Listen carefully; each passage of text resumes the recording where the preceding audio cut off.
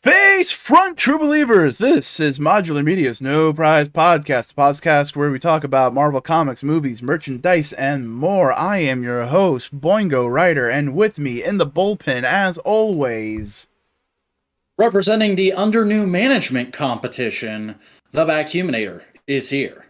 Ooh, who's managing your ass now, buddy? You are, because you're the host of this show. Oh, yeah. Hey, pop that pussy.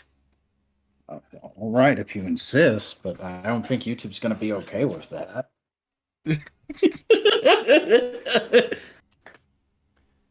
How's it going, buddy? Hey, it's going. How's it going, bud? How's it going? I hope you're doing good, and I hope our audience got to enjoy that nice, sexy show. Mm-hmm. I didn't actually show any skin.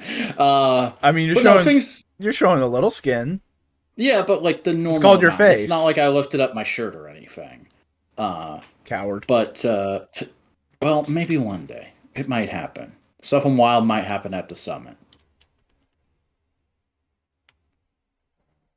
Anyway, yeah, things are okay at my place. Just been washing sheets. I gotta put those on when we're done here, and getting things all set up and normal at my new computer. I got my new secondary monitor cable in today, so I can actually do the show like normal, which is nice. Yeah.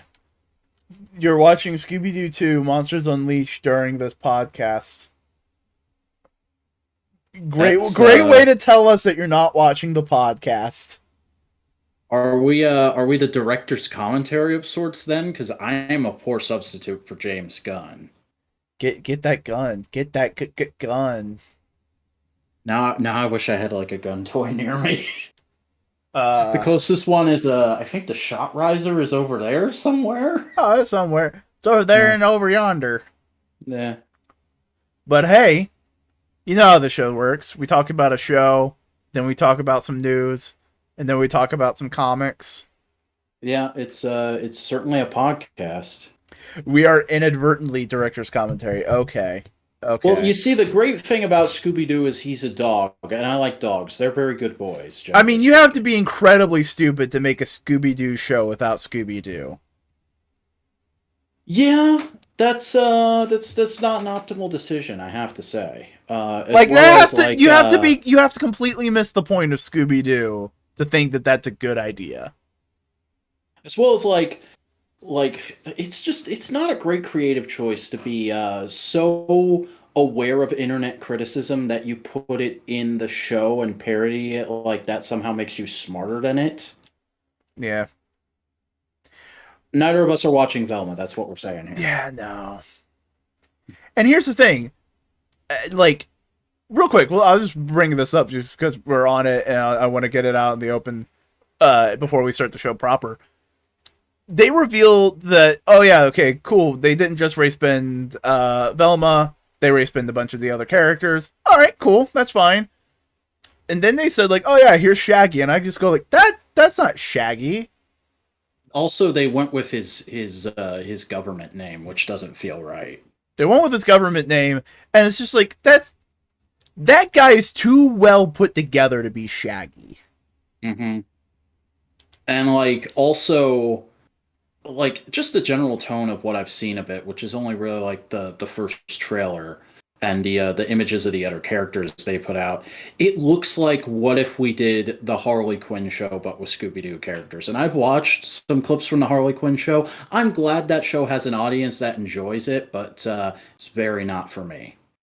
I have a Jewish friend and she cannot stand it, I think. She's just like, hey, that the only joke is just Jewish, ha. Oh wow. Yeah.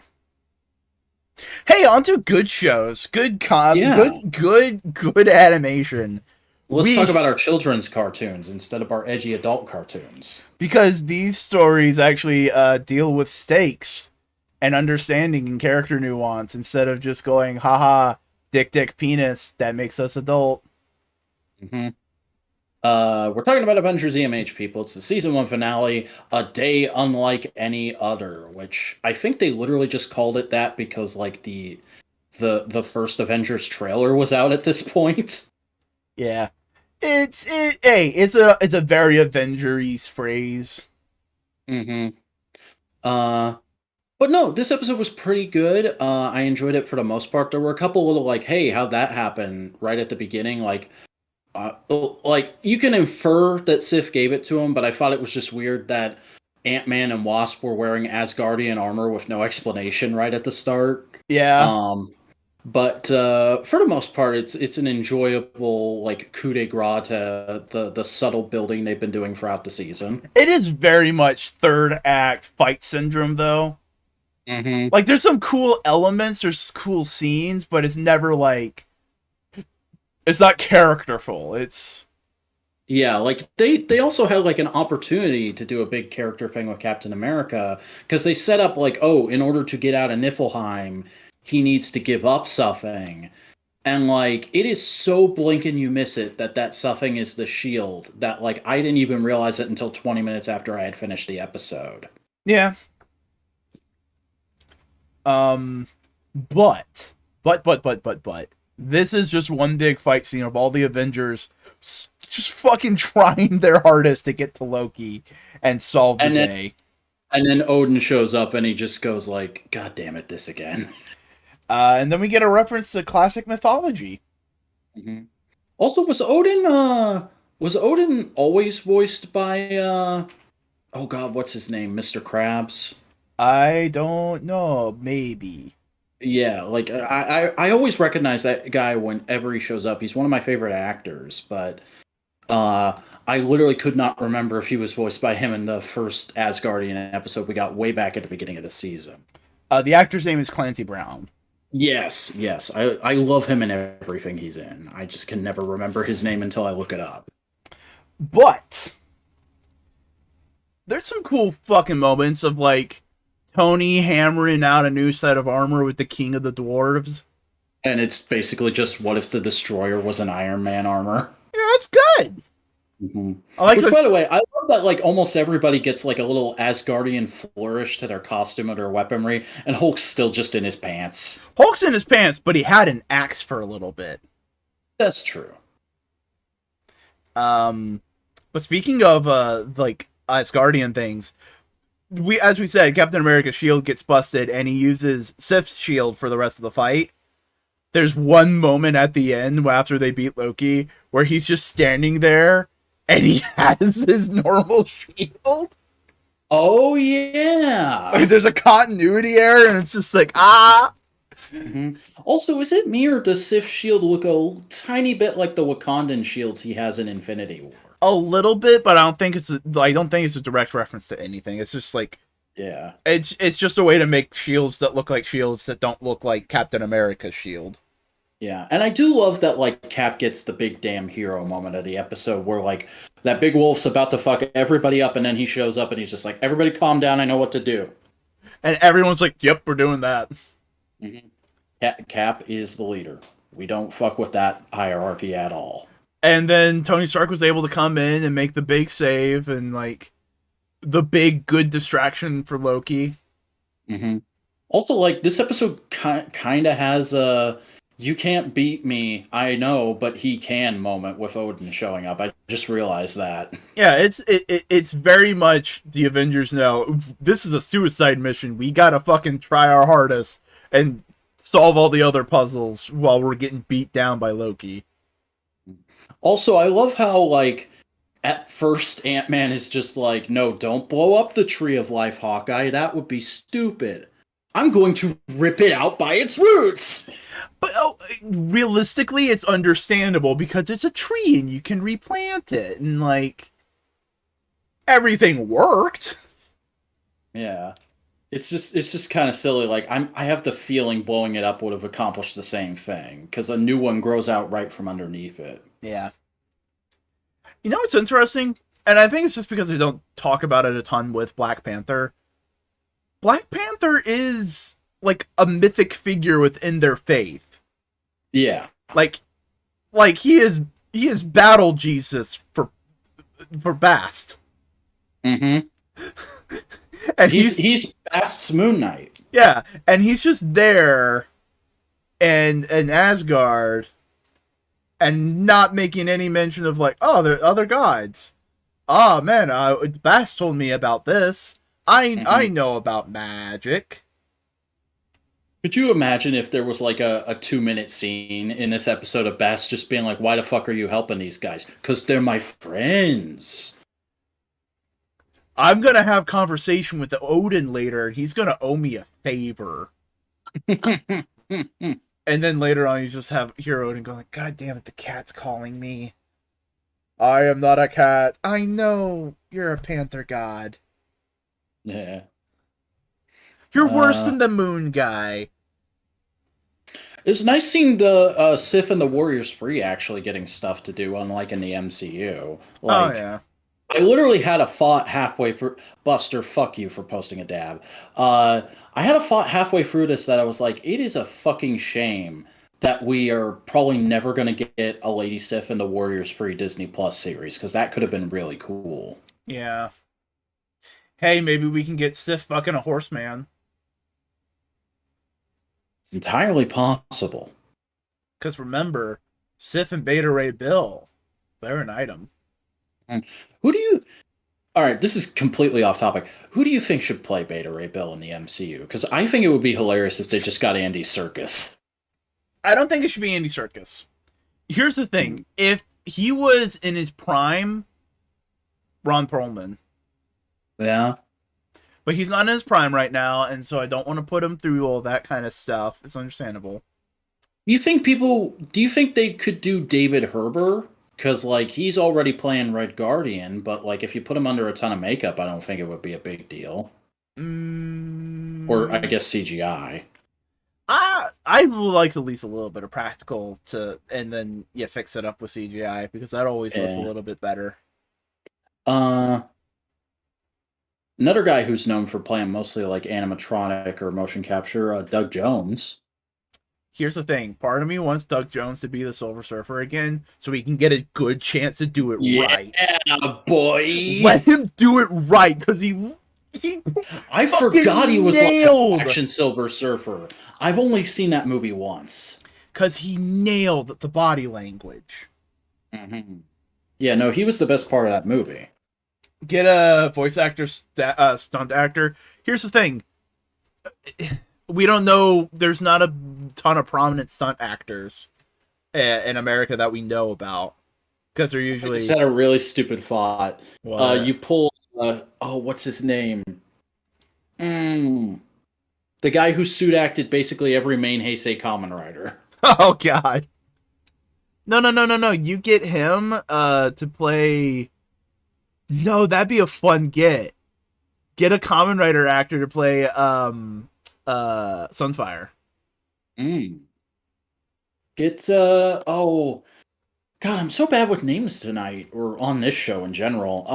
Fucking Drives actor. I think he'd be good as Sunfire. Ooh, yeah. But get like a Kamen Rider Super Sentai actor to do that. As like here's the thing. I don't think MCU is going to do anything with Sunfire majorly. But, like, that's a fun little, like, wink and nod. If you want him to be older, maybe get the guy who played Japanese Spider-Man as, like, a fun little homage. Yeah. I would... Man, I hope they get the original actor back for his cameo in Spider-Verse. Because we all know that's pretty much a done deal at this point. We just don't know if they're going to get a new actor or they're going to get actual Takuya. And I want actual Takuya. Here's the thing. I'm okay with them not having him play Japanese Toei Spider-Man. But you know it'd be a fun thing to do? Have him cameo as Leo Badon. Yeah, that'd be neat. You know? Yeah. But getting back to this episode, it's good and I like it. But we got to talk about the finale bit of it all. Because big tease set up for the second season. I forgot this was here. The D Plus documentary. So yeah, I know. I've watched that. There's connections at least. But they're back at the mansion. They're wrapping up for the day. It's like, wow, that was an adventure, wasn't it? Yeah. Everybody hit the showers. Cap's in his room, staring longingly at the shield. When another Captain America shows up and goes like, "Sup, bitch?" And hits him with a space gun. we're doing this event just cuz fuck it, why not? Yeah, Secret Invasion next season. And I remember a lot of people. It's interesting how like a lot of people were split on this decision. I remember back in the day, like there's people who thought it was really cool that they were trying to classify the newer stories, and there's people who were just like, keep doing classic stories, don't rush right to the new stuff. Here's the thing, they changed Secret Invasion from what I remember to make it feel like basically a classic story. So they basically used Secret Invasion as a template to tell the first Skrull story from the Fantastic Four, but for the Avengers.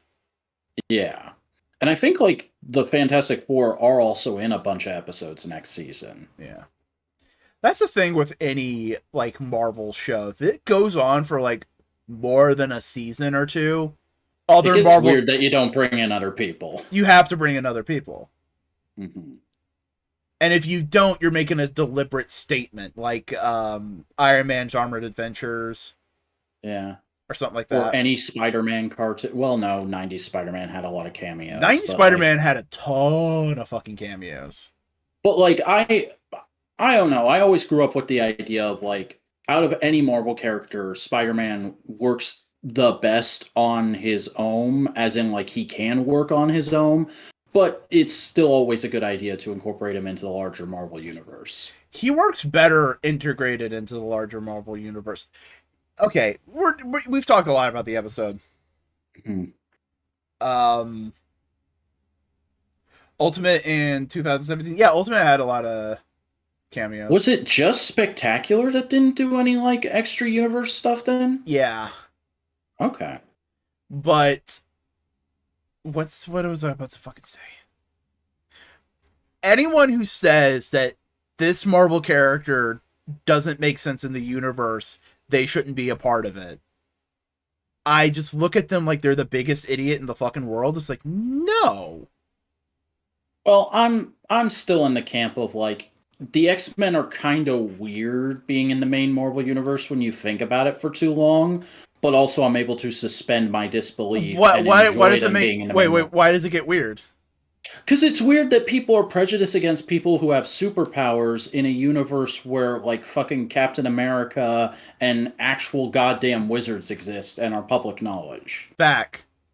I would like to tell you something real quick. Racism doesn't make sense. I know, but I like my stories to make sense. That's the part of the story, though. It's like, that's part of the strife. It's like they can look at Captain America and see a hero, but they look at us just because we're born with it and they see freaks. I don't know. I guess I'm too much of an optimist and idealist. I mean, that's kind of, it's just like, you know, the X-Men need the rest of the Marvel Universe to act as a contrast. In my opinion. Same thing with Spider-Man, because like that's a big thing. It's like, oh, Spider-Man's always treated like a menace. Well, yeah, of course he is. He's the only fucking vigilante around. You need to have other people to act as a contrast to make it feel more of like, yeah, why is he being dogpiled by J. Jonah Jameson? And that creates the fun, interesting character dynamics. All right. Well, we've gotten way off topic here, and clearly there's not a lot to say about this episode, so do you want to hit on anything else specifically before we move on? He says as if he's the host. Can't think of anything for this show, but hey, so we don't get bored as fuck just watching one show for long stretches of time. Fuck off. We're gonna be shaking things up a little bit next week, and then for I suppose a little while after. Well, let me check. For one season, we're gonna flip back and forth between seasons until the next big like Marvel or DC or Star Wars thing we want to watch and talk about. Yeah, it's basically going to be next week. We're going to do this thing we're about to announce, and then the week after that we have Wakanda Forever. And then the week after that, we'll be getting back to this thing. And then the week after that, the Guardians of the Galaxy Holiday Special comes out. And I think that'll be it until Ant-Man, unless there's a Disney Plus show I forgot. Yeah. So, next week, we're going to start watching Justice League. Yes, the the 2001 to 2004 big culmination of the Bruce Timm animated DC universe. That is the show that got me into superheroes in general. Literally, I can't remember if it was airing as I watched it or if I caught it on reruns somewhere. I just remember watching random episodes as a kid, and that kind of introducing me to the concept of superheroes. And then like years later because I'm old enough that I can still remember having dial up when I was younger. When we got high speed internet and I discovered YouTube and we were still in the part one, part two, part three era, I watched all of this show and all of the various Transformers animated series that were out at the time on YouTube, and it's one of my favorite superhero cartoons of all time. So I am very much looking forward to discussing every episode of Justice League and Justice League Unlimited. Yeah. Well, we're just gonna start with Justice League. We're not in a limited territory yet. Yeah, there's 2 seasons of Justice League, and I think 2 seasons of Unlimited. There might be free. I'm not sure. Buster says peak Batman characterization, though, and I would agree for the most part. There's a few episodes where he feels a little off, but for the most part, he's really good in that show. I think the only reason Batman might feel a little off in any of that show is just part of the fact that that's right after Morrison started the Bat God era. Yeah. And that was also when the Bat embargo was a thing. So like there's one episode where Joker is a villain that they're fighting and no other big Batman villain plots in that show. You know what? That would have Justice League would have been the thing to get Emperor Joker right. Yeah, but I think it's just like an episode where the Joker has like taken over a casino and it's a big death trap. Oh, so Joker's Arcade? Probably, maybe, I don't know. I haven't watched that episode in years, so we'll have to talk about it when we get to it.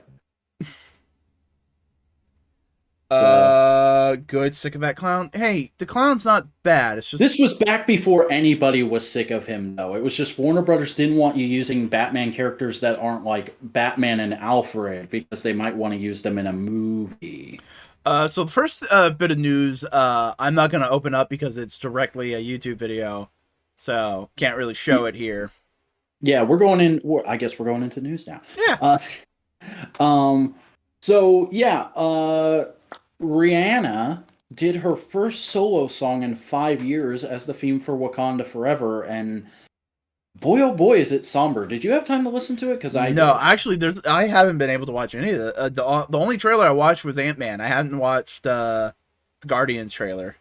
Okay. So you're gonna have to talk us through that one. Okay, well the song, which is called "Lift Me Up," I think it is worth a listen. It's very good, but it's also like much slower and much more somber than you would expect the theme for a superhero movie to be, and it's also kind of goes against the grain of the advertising we've gotten for Wakanda Forever so far, because a lot of it has been like, "Ooh, big bombastic superhero fun movie, look at this," whereas like this is like, no, we're sad now. Your brain says you're sad now, and I'm like, ooh, we might be in for a rough one here, boys. But Yeah. I'm kind of okay with that, all things considered.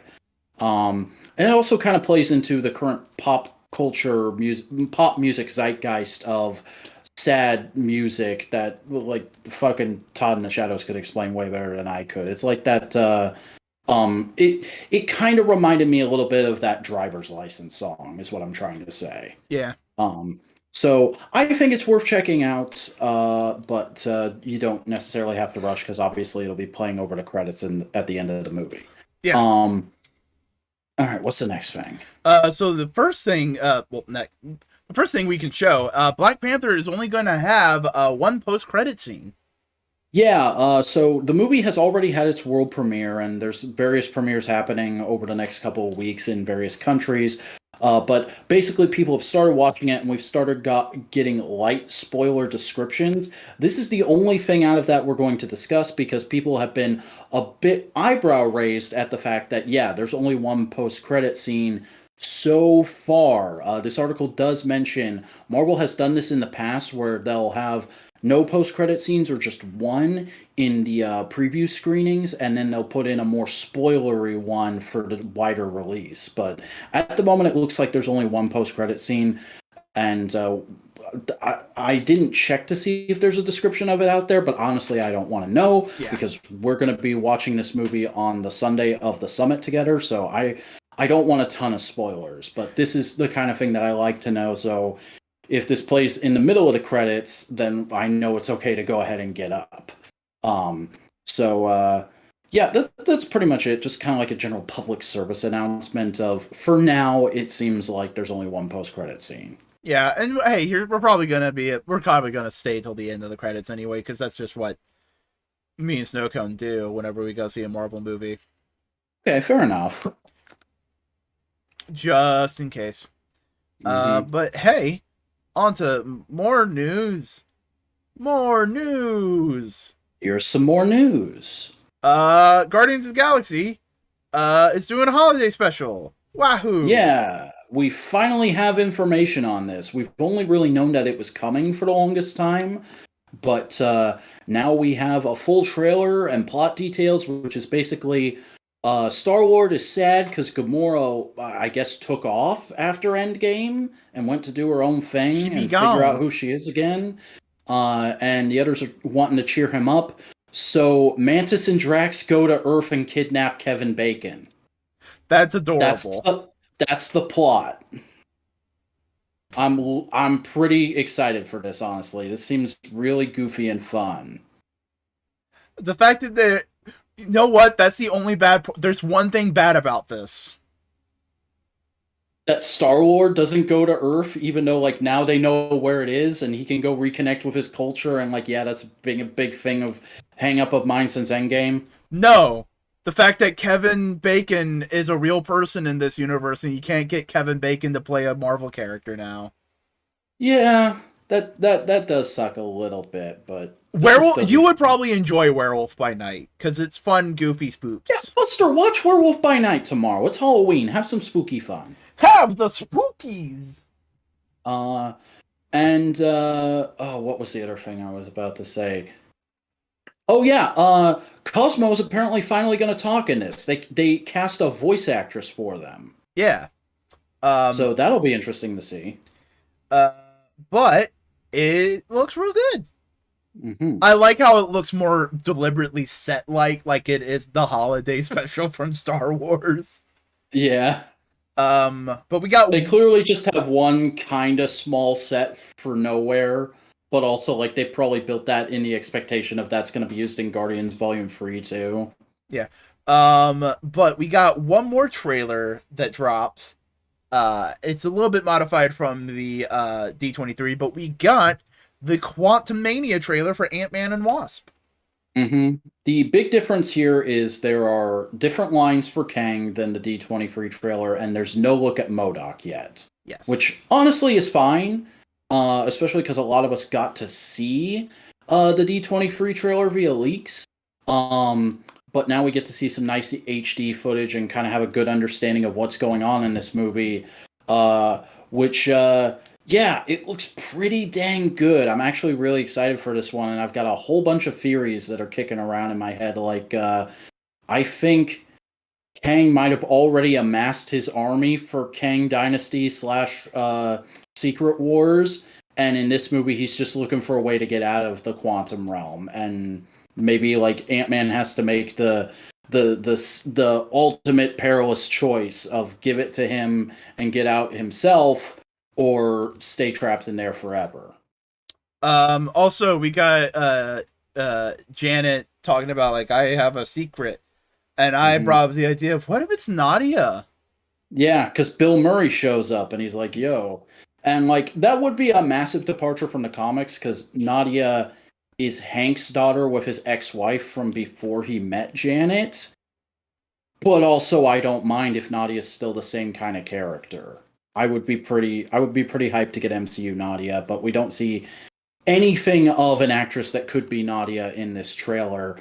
The most we really get is Cassie in a super suit, which everybody has been saying is Stature, but like, my dude, those colors, that layout, she's wearing the Stinger costume.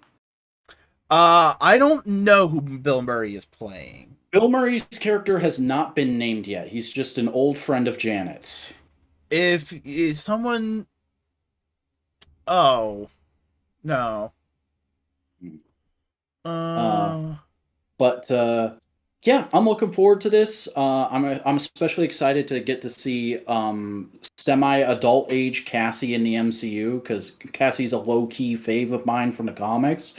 And the actress seems to be doing a pretty good job. And she has a I noticed how she has this very mature scientist way of talking, but also like her facial expressions are very youthful and kind of cute, which I like as a dichotomy for the character of Cassie Lang. one thing though I find interesting with just how the MCU is trying to do things, they're trying to do the whole sliding timescale without doing the sliding timescale, which is fun. That's what Hmm. the blip is just trying to force a sliding timescale. It's funny Yeah, thinking and I about it mean, like now. they already kind of did that, but mucked it up with the flashback at the beginning of Homecoming. Yeah. So. Speaking on Ant-Man and the Wasp, we got a new poster, which is just phenomenal. Yeah, like people have been clowning on Marvel for posters the last couple of years, but they've really stepped up their game with the last few releases. And They've always had Ant-Man a good game for Ant-Man posters, though. yeah, Ant-Man posters have always been good because the first movie it was just a little tiny Ant-Man on a big white thing, and then Ant-Man and the Wasp was Ant-Man and Wasp on a big white thing, and now here, fucking Jonathan Majors Kang looking intimidating as fuck. But like Ant-Man and Wasp are still in a white void, and it like the posters themselves tell a story that they are Mhm. like tiny and insignificant. Now they are the focus of one of the largest men, the largest figure in the frame, and it's like, ooh. Yeah. Also, like, just speaking to Kang's design in this movie, I love how he's basically got the entire comic book costume, just no purple face, but he still has the lines. That's Mhm. such a cool choice, in my opinion. And here's the thing: they could give him the purple face with like a visor on a helmet, Yeah, that which might is how still I always happen. interpreted it in some renditions. Mm. Some renditions they like treat it like that. Yeah. It looks good. It's such a good poster. Yeah, I would put it on my wall. Uh, we also got a new actor in Quantumania. Well, they've already filmed their scenes and everything. It's just more of like it's revealed to Last minute us. casting announcement. It's just like, hey, they're in the movie. Good Place star William Jackson Harper. So yeah, I don't know this guy from too terribly much, but I have seen him around in like memes and clips and stuff. I assume people generally like him, although I think it was buck wild how people immediately started going, "He's Reed Richards, he's Reed Richards, there's gonna be a fucking Kang Reed Richards scene in this movie," and I'm like, guys, for all you know, he could be playing a janitor in one scene. Calm down. I mean, he does give off the right kind of nerdy, neurodivergent Reed Richard vibes. Hmm. I'm not saying I'm saying like if he is Reed Richards, he'd be a pretty dang good Reed Richards. Yeah. You need to finish Good Places. Jesus Christ, Buster, you need to finish a lot of things. I've never even started The Good Place. Is it good? Uh, All right then, I'll take that as a full endorsement. I haven't read it. He'll play Janitor Reed. Nah. Yeah, there's a Council of Reeds scene in this movie, and we get a Reed who's just a janitor. What if he's just like so random, fucking weird? I just thought of the dumbest thing that'd be great for him to be. What He's if the he's just like a boyfriend for Cassie that Scott is like trying to intimidate in one scene? that might be it. But I Is also he have. too old for that actress? I think he's late 20s. Yeah, that'd be kind of rough to make believable. Late 20s, early 30s. Mhm. No, you know Also, who? I should say I love the first few minutes or the first like 30 seconds of that trailer where it's like Scott is famous now, but not as he's the same Marvel goofy comic book famous where anybody with a remotely red and black or and blue costume is Spider-Man according to the general public. What if this guy is the Beyonder? Bruh. Come on! The I Beyonder's mean, a goofy character.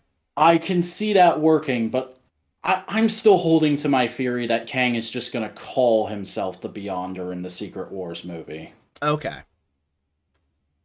That's a fair enough assessment. We got some Fantastic Four news. Doctor Doom is not gonna be the villain. Hallelujah. Yeah, that makes perfect sense. I don't know why people were shocked or kind of upset by this news, but like to me, it's like, yeah, See, that's how here's you the thing. do it. I'm not shocked.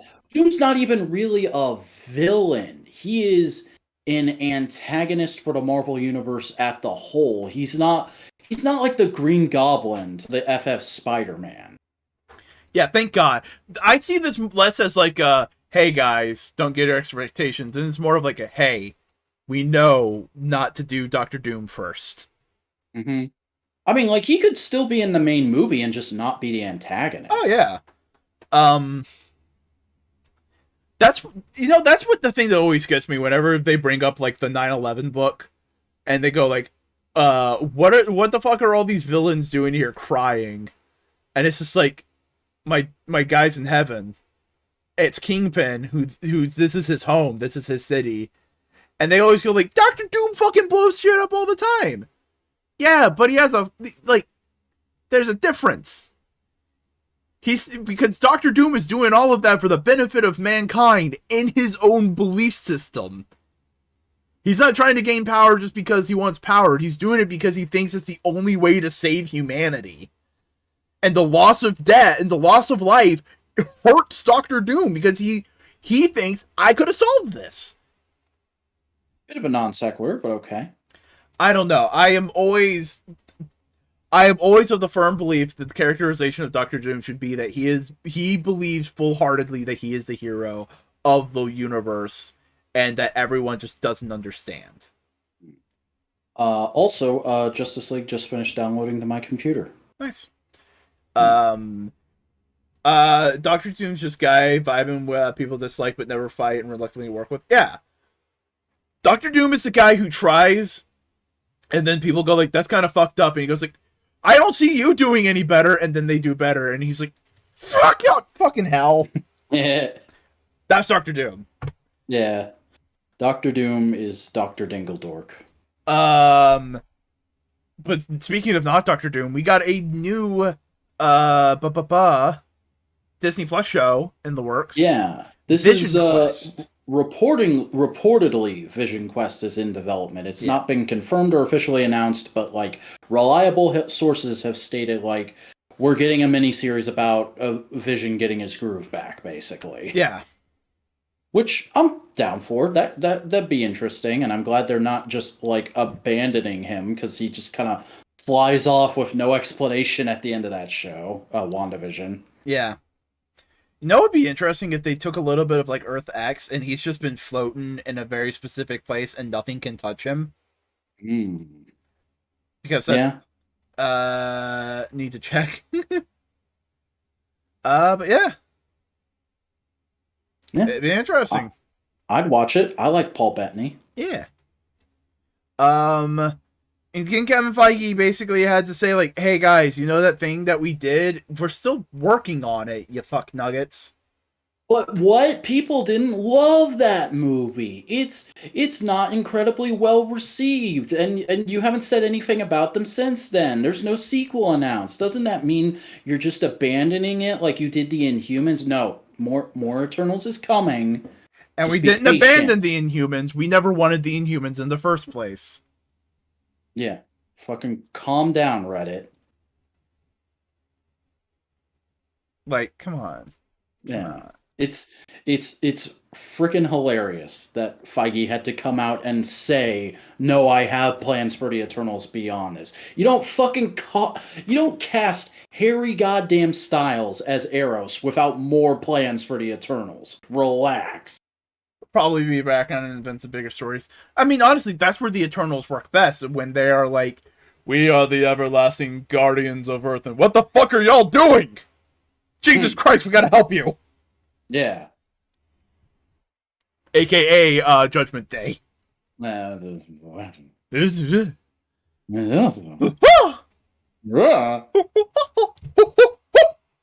next story, please. You didn't want me like me going full primate. We were going a little far there, is all I'm saying. Hey, Venom 3 has a director, and it's the person who's been writing the movie, so that's fun. Yeah, and she's apparently going to write this one too, and that might make this one actually legitimately good instead of just ironically good. So I'm kind of optimistic about this. And hey, maybe because she's directing and writing, because her name is Kelly Marcel, it can be even more gay. Yeah, and like, can we please do King in Black? I don't think. Here's the thing. I don't like. I love King in Black. There's so much lore and stuff that would have to be removed to do King in Black. Okay, but like we've adapted other stories with chopping out a bunch of lore before. I know. I just have a very big soft spot in my heart for the King in Black story. Yeah. But hey, Venom 3 got a director announced, and they're working on it. Honestly, though, I'm not mad that they're continuing the Venom series. It's not the worst thing in the world. Have you watched any of those yet? No, I haven't. You need to. They're good, solid, like goofy fun time. But hey, we got a DC announcement. Yeah, Henry Cavill. Henry Cavill been doing the fucking press tour for a bunch of different projects, but he's been getting constantly asked about his return as Superman, and he seems so fucking happy, and I am so fucking happy for him. I'm just glad that they're through the point where like they're just gonna actually do a Superman story.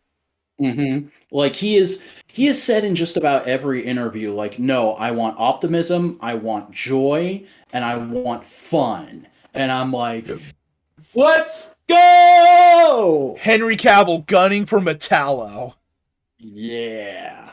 I don't think this is in the news. I didn't see it. But Henry Cavill, because it's fucking it's video games. Yeah, but we're talking about Henry Cavill right now, so we might as well mention it. Henry Cavill will not be in The Witcher for season 4. He is being recast by Liam Hemsworth. People are assuming this is because of Superman, but like that movie might not be filming until the beginning of 2024. This is probably because of other projects. It's probably just because I've heard rumors that the writing staff for The Witcher actually dislike the books in the game. Wow, okay. And that Henry Cavill... People were telling me that show was really good. I haven't checked it out. Well, here's the thing. Henry Cavill was fighting for the book because he's a fan of the book and the games because Henry Cavill's a nerd. Mm. So he was going like, no, this is what Gerald would do. And like he was trying to steer the show in the better direction, but maybe he's just tired of that now. Fair enough. I mean, there's only so many times you can like yell at a bunch of people who don't want to do their research and respect the source material. Yeah, fair enough. Writing staff issue on why he left. Yeah, see. Okay. Well, yeah, I'm excited for Cavill to be back, and he seems to be excited too, and that's the best possible. Oh yeah, honestly, if he has the right script, he could be equivalent to Christopher Reeves. No one will be better than Christopher Reeves. And I love how like every Superman fan has been putting out pitches this last week, but now we got to get to the big thing. So first things first, recap for people who are unaware. Warner Brothers gets bought out by Discovery by Zaslav. Things have been shutting down left and right for a variety of different projects. And remember, before that, we had the whole Snyder. This goes all the way back to Snyder was making Justice League, then he had to leave because his kid killed themselves, and they brought in Whedon to fix the movie. Then people got mad about that, so the Snyder Cut campaign happened. Then AT&T brought Warner Brothers, and they brought in Snyder to do the Snyder Cut. And then I forget who bought Warner's from AT&T, and they didn't care about the Snyder Cut stuff, so that ended. And then DC was in limbo for like half a year, and then Zaslav came in. Made a bunch of cuts. everyone was worried about a bunch of different projects that are under the Warner Brothers label, including but not limited to DC, HBO Max, Cartoon Network, AEW, Hmm. like just a bunch of projects with like a sword above their head at this point. And like a lot of DC projects that all seemed like they weren't congruous with each other or the Snyderverse were getting cut, except for Black Adam, Shazam 2, and Flashpoint, and the Blue Beetle movie. I almost forgot about that. Yeah. Um, and Warner Brothers kept saying, "We are trying to find our Kevin Feige. We need a Kevin Feige." And I was sitting here going, "You've been looking for a Kevin Feige since 2008. Whatever." I mean, they thought they had one with Zack Snyder. Hmm. They thought first they thought they had one with Christopher Nolan. Then they thought Yeah. they had one with Zack Snyder. Well, no, because Nolan was like, I am only doing a movie if I have an idea from a story the whole time. Like Yeah, no, but like that's the thing. there's a long stretch between Begins and Dark Knight because Nolan didn't have a story. And the only reason Rises came out as soon after Dark Knight as it did was because the studio put a lot of pressure on Nolan to come up with a story. But I think at this point, DC actually has their Kevin Feige as James Gunn and Peter Safran lead DC movie and television divisions. Yeah, Gunn is going to be the creative director, whereas Fran is going to be the business director. And for those of you who haven't heard of Fran, he's been the producer on almost every Snyder movie. He produced Peacemaker, and he's producing the Blue Beetle movie. So like he's making business decisions. He's basically going to be the guy who says like this money goes here, but the fact that they picked Gunn, I think, is a really cool positive thing because Gunn is a kooky fun guy who has kooky fun comic book sensibilities and loves to pull from random but awesomely obscure stuff. Yeah. I have, however, seen various takes on these from DC is finally saved to like, oh no, this might actually be worse than Snyder. Like I saw a couple people going like, this is my nightmare, and I was like, really, really, because Snyder was my nightmare. Here's the thing. I think it's just like the big thing is another thing that's not being talked about. James Gunn has experience working within the system of the MCU. Mm-hmm. So he brings that experience of like, all right, we need to work together, but be individually creative. Yeah. Yeah. And like, I don't think he's going to be telling everybody exactly what to do. People forget, it's not like he's going to write and direct every DC project from now on.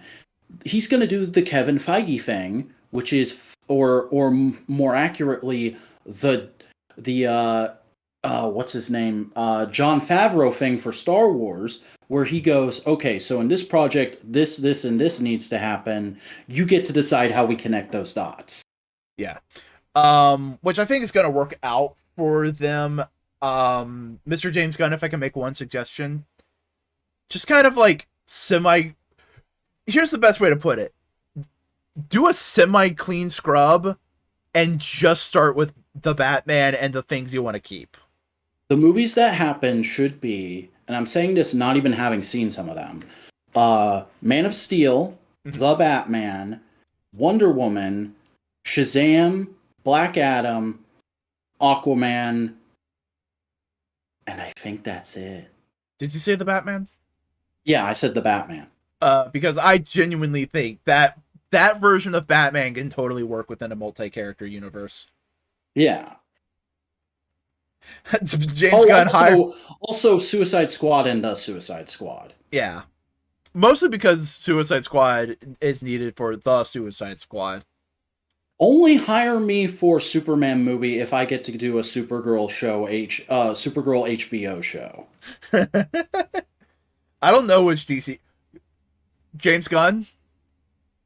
Plastic Man?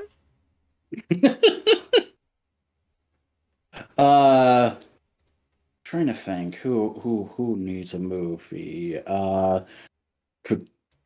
She just slapped his You know who would be a great thing to see as a movie, but I don't know who would do it or how they would do it.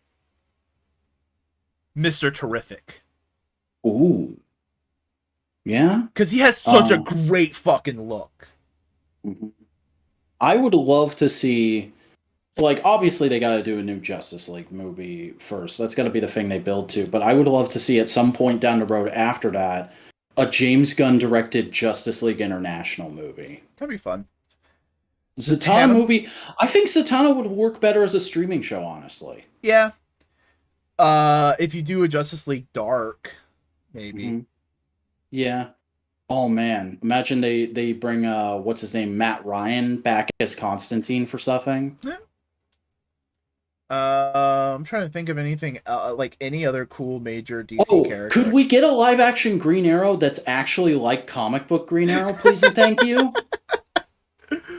Oh lordy, the salt.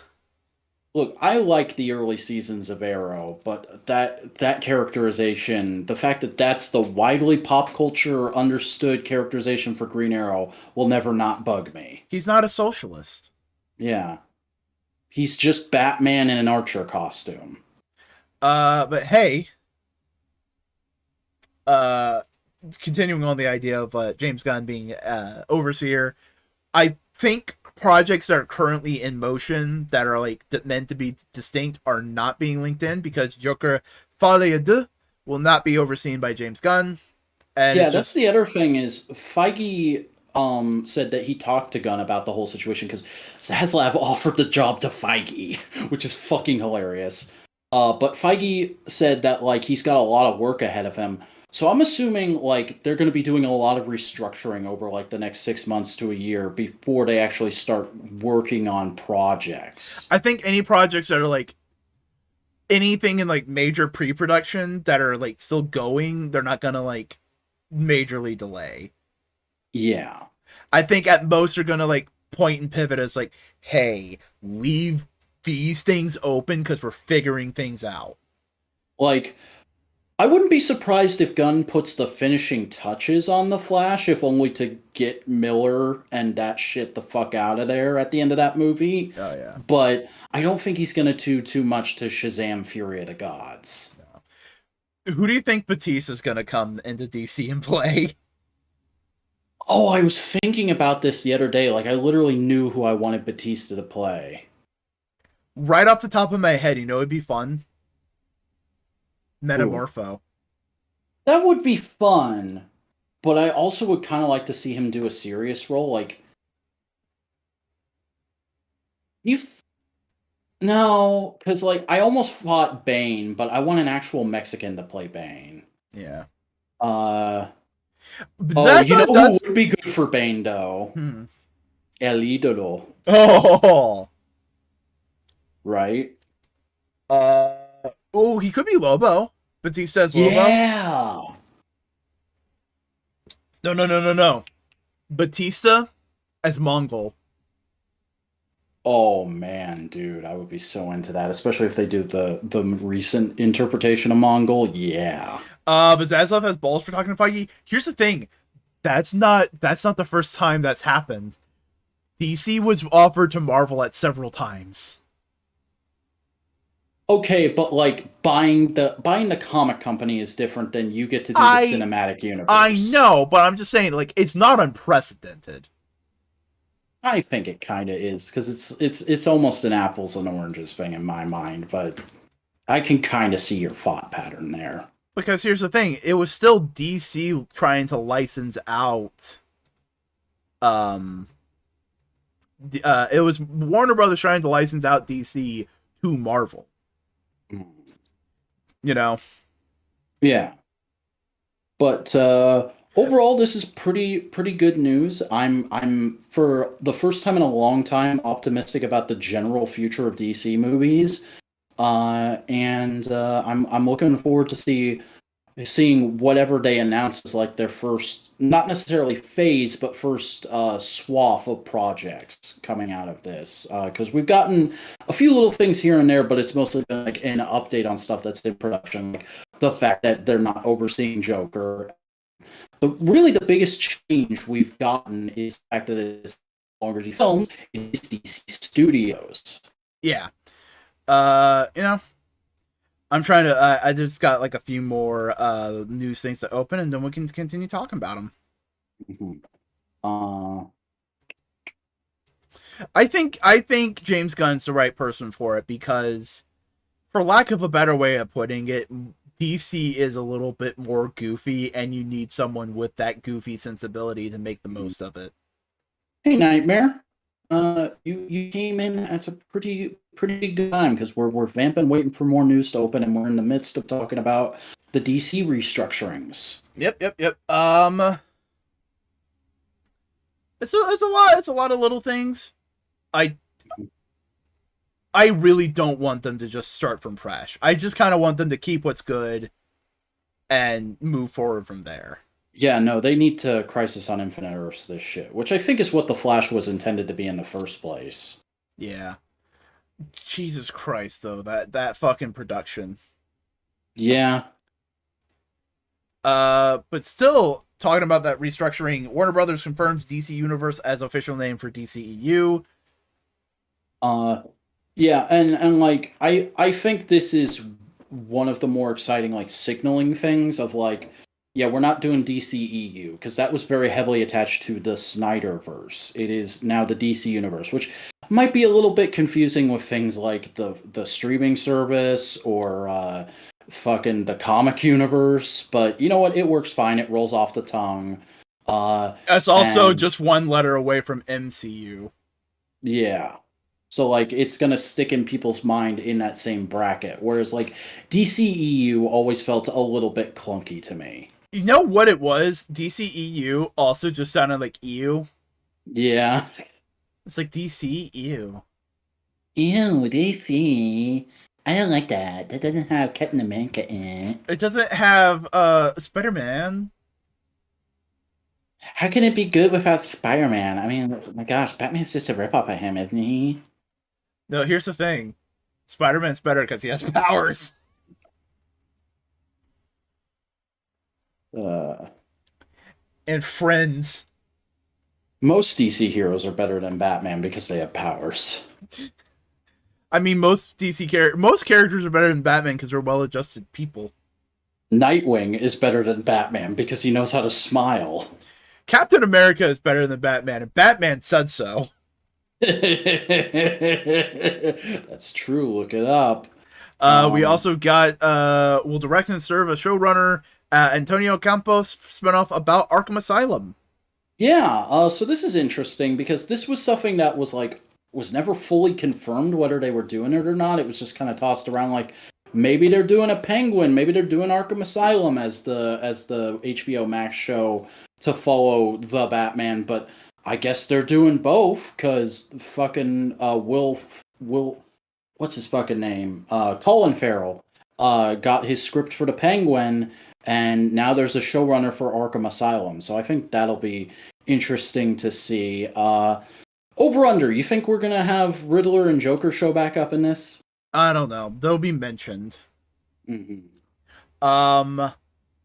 You know what I'm thinking would be a fun thing to use as a story for this? And Comic Pop just talked about it. What? Arkham in Hell. That could be neat. I could also see them doing like a Joker blog style thing, or maybe like making Hugo Strange the main character. Honestly, if you're gonna do an Arkham show, you should make Hugo Strange and Dr. Harleen Quinzel the main characters. You know what? Make those two the main characters, but also do Arkham in Hell. Yeah. With like the corporate scumbag who pleaded insanity and got locked up in Arkham. Yeah. And you have Humpty Dumpty and mm-hmm. Bring out some of the obscure. Bring out some of the Joker blogs is a fan film from the time between The Dark Knight and The Dark Knight Rises. Buster, it's pretty good for the time. And you know what? If you're gonna do this show, if you're gonna have just a bunch of random obscure Batman villains show up in this live action series, grant Nick Cage his wish. Let him play Egghead. Yeah. You know who? Okay. Nick Cage shouldn't come back and be Ghost Rider. Nick Cage should come back and be the old West Ghost Rider. Yeah, that'd be cool. Let it like honor it and remember and all the kind of stuff. Oh, it's neat. Either that or get Orville Peck. Because he was played by Chris Christopherson in the movie, and he's an old country star, old country singer. No, Samuel. Never mind. Fuck me. We're off topic. We're bad. We're bad. Yeah, I don't even know how we got to this topic. Hey, Green Lantern series is being redeveloped for HBO Max. We'll now focus on Jon Stewart. Yeah, I keep forgetting that this thing is happening because when it was initially announced, we all thought it was going to be a spin-off of the Arrowverse and that we were going to have John Diggle become a Green Arrow or Green Lantern, excuse me. But then we found out it was HBO Max and it was going to be its own thing, and it was going to be Alan Scott and Guy Gardner, and now it's apparently getting a lower budget and it's focusing on Jon Stewart, which is like, yay, oh no. I don't, because Green Lantern's big cosmic CGI bullshit. I don't know. Like, we of course don't have the actual budget, but I'm really curious as to how this will work. Get Boingo as Condiment King. I'll get you with ketchup or mustard, maybe horseradish. Honestly, I think part of the thing that makes Condiment King so funny is that he's skinny as a rail, so I don't know if you'd be a great Condiment King. No offense. Yeah, budget for HBO Green Lantern expected to be significantly less than previously planned. Mm-hmm. What if it's just he's Green Lantern, but we never see it, and it's like a PTSD veteran story? Because he is a Marine. I mean, that you could make that work, certainly, but that wouldn't be a Jon Stewart thing to me. It's just how you get the budget, not, yeah, it's how you use the budget, but it's also like, you can't make the thing for $1,000. Yeah. Also, going back to the he's a Marine thing, please don't have every construct he makes in the show be a gun. Yeah, that's a thing people will do with Jon Stewart in some stories, and it bugs the crap out of me. He's an engineer. Mm-hmm. He's more creative than that. So this is something I literally only put in here because I knew you'd care about it. I cared vaguely about it. So The Darkness... I only know The Darkness was a video game at one point. The Darkness is getting a live action adaptation. The Darkness was a Top Cow comic in the same universe as Witchblade. Mm-hmm. It did get 2 critically acclaimed first-person shooter games. And apparently they're making some kind of adaptation. We don't know who, we don't know how, we don't know if it's a movie or a show. It's just the original creator said they're working on something. Cool, whatever. Let's see. We also get... We're getting a new book about X-23 Wolverine's past in the X-Men and the X-Force. Yeah, this is apparently set during the Utopia period. It's a flashback book. Yeah, they've been doing a lot of these with X-Men. Mm-hmm. Here's the thing. When it was a popular game, you were probably 8, Buster. Yeah, like, I heard about the first Darkness game when I was just getting into YouTube, which would have been, like, when I was between 10 and 13. So yeah, flashback book with Laura. Yeah, should be good. I hope it's good. I don't know much, but there seem to be good intentions behind it. Yeah. Mm-hmm. We also got some Marvel No Prizes return 2023 variant covers. Yeah, this is just a fun side thing they're doing, and it looks cute. I figured I'd put it in here because this show is named after these, which was basically like whenever you pointed out like something wrong in the comics, they would like, this is you win a No Prize. You don't get anything, but all right, cool, thank you. Yeah, it's just a letter from the Marvel Comics office saying like, yeah, you're right, we're wrong. Here's a piece of paper saying that. Yeah, and it's just it's a fun little like thing in Marvel fandom, kind of like understanding. Yeah, it was one of those things. This was a Stan initiative, right? This is one of Yeah, those things Stan did to kind of endear people to the company. yeah. A lot of what Stan did was just to make people like endear themselves to the company. Yeah. Member of the Merry Marvel Marching Society. Hey, guess what? What? Nightwing reveals full creative team and story details for the 100th milestone issue. Yeah, so this is apparently they're doing the thing I think you should do for a milestone issue, which is instead of having it be a bunch of short stories, you have it be one big story that's just a huge step forward in the continuity, but also brings in some past creators to help with that. Because this is still primarily going to be Tom Taylor and Brio Redondo, but there's going to be a ton of variant covers that you're seeing now by artists who have worked on the character in the recent past, and some higher or like more legacy DC talents are coming in to provide input on the story, and I think that's the best course of action, and I'm fairly excited to see how this issue turns out. And man, I would like to own most of these covers, but I don't have the money or the space. Yeah. Especially love that last one. But yeah, Nightwing getting to 100. We also have a new Two-Face centric Batman comic will split artistic duties down the middle.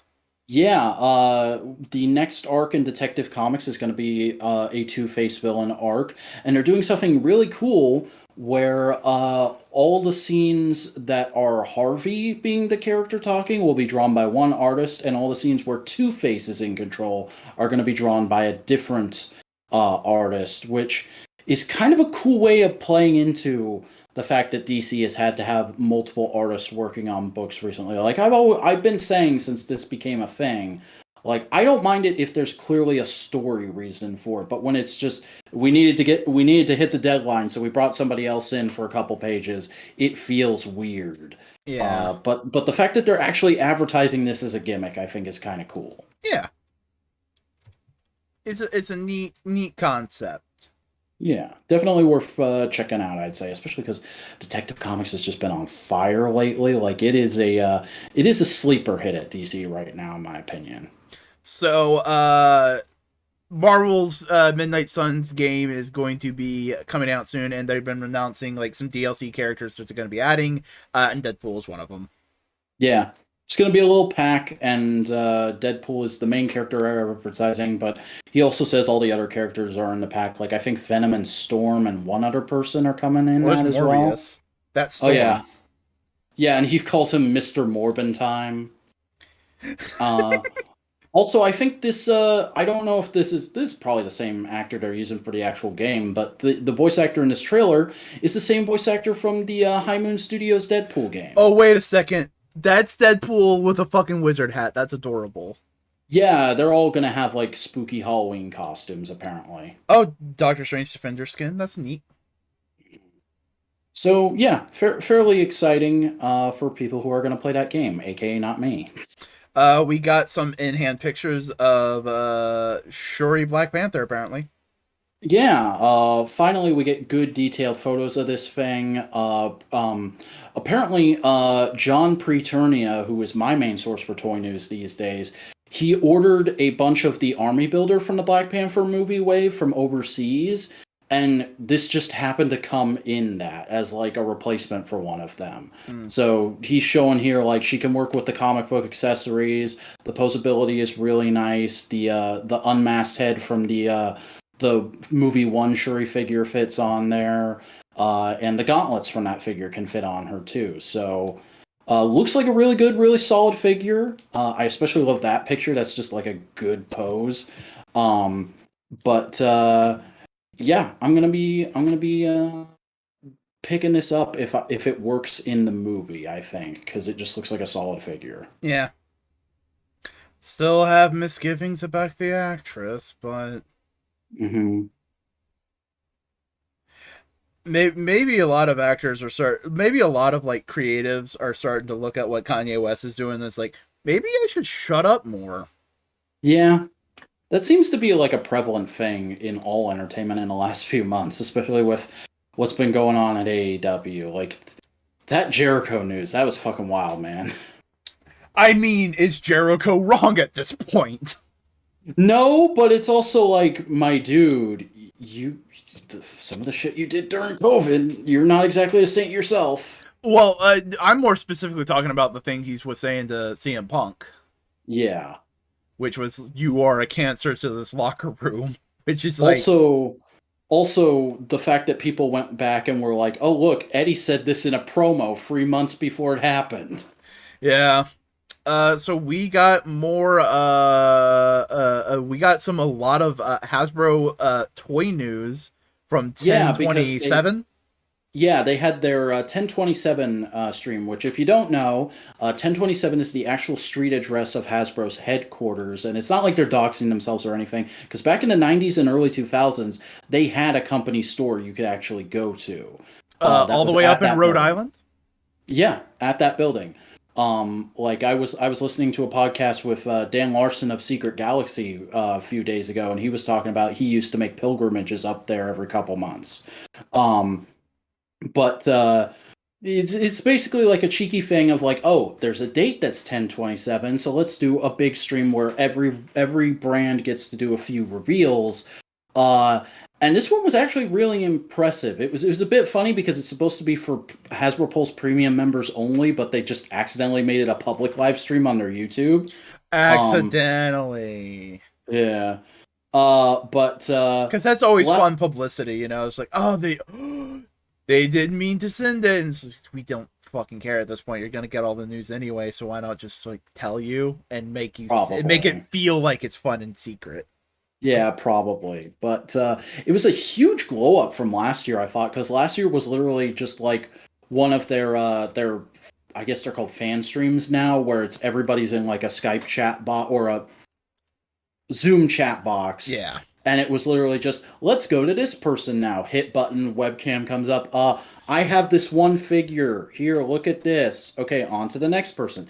This was like, they did a fun gimmick where Emily and a guy from, I think, the Star Wars team, whose name I don't remember, Mm-hmm. they were like the hosts of it. Emily Batter, by the way, she's the marketing director for G.I. Joe and Dungeons and Dragons. Um, they were doing a fun thing where it's like, okay, we're gonna take you on a tour through the offices and show you all these little hidden places. Like they showed their toy photography prop warehouse, which I didn't even know was a thing, and I was immediately salivating over. Oh, that's really cool. But they went to the regular Marvel Legends live stream studio, and unfortunately, I think it was Dan Yoon was feeling under the weather that day. So they did a fun gimmick where it's like the male host of the stream proper came in and he was like, "Hey guys, I'm crashing your fan stream. I'm Dan today. What's this? Show me this. Oh man, what is this thing?" And so we got a bunch of reveals that way. So let's just go through some of the reveals as they're kind of like presented to us. So first things first, I I don't know if they've announced this, but like, does Dungeons and Dragons have an official like title for their toys now? They are now officially Dungeons and Dragons Golden Archive.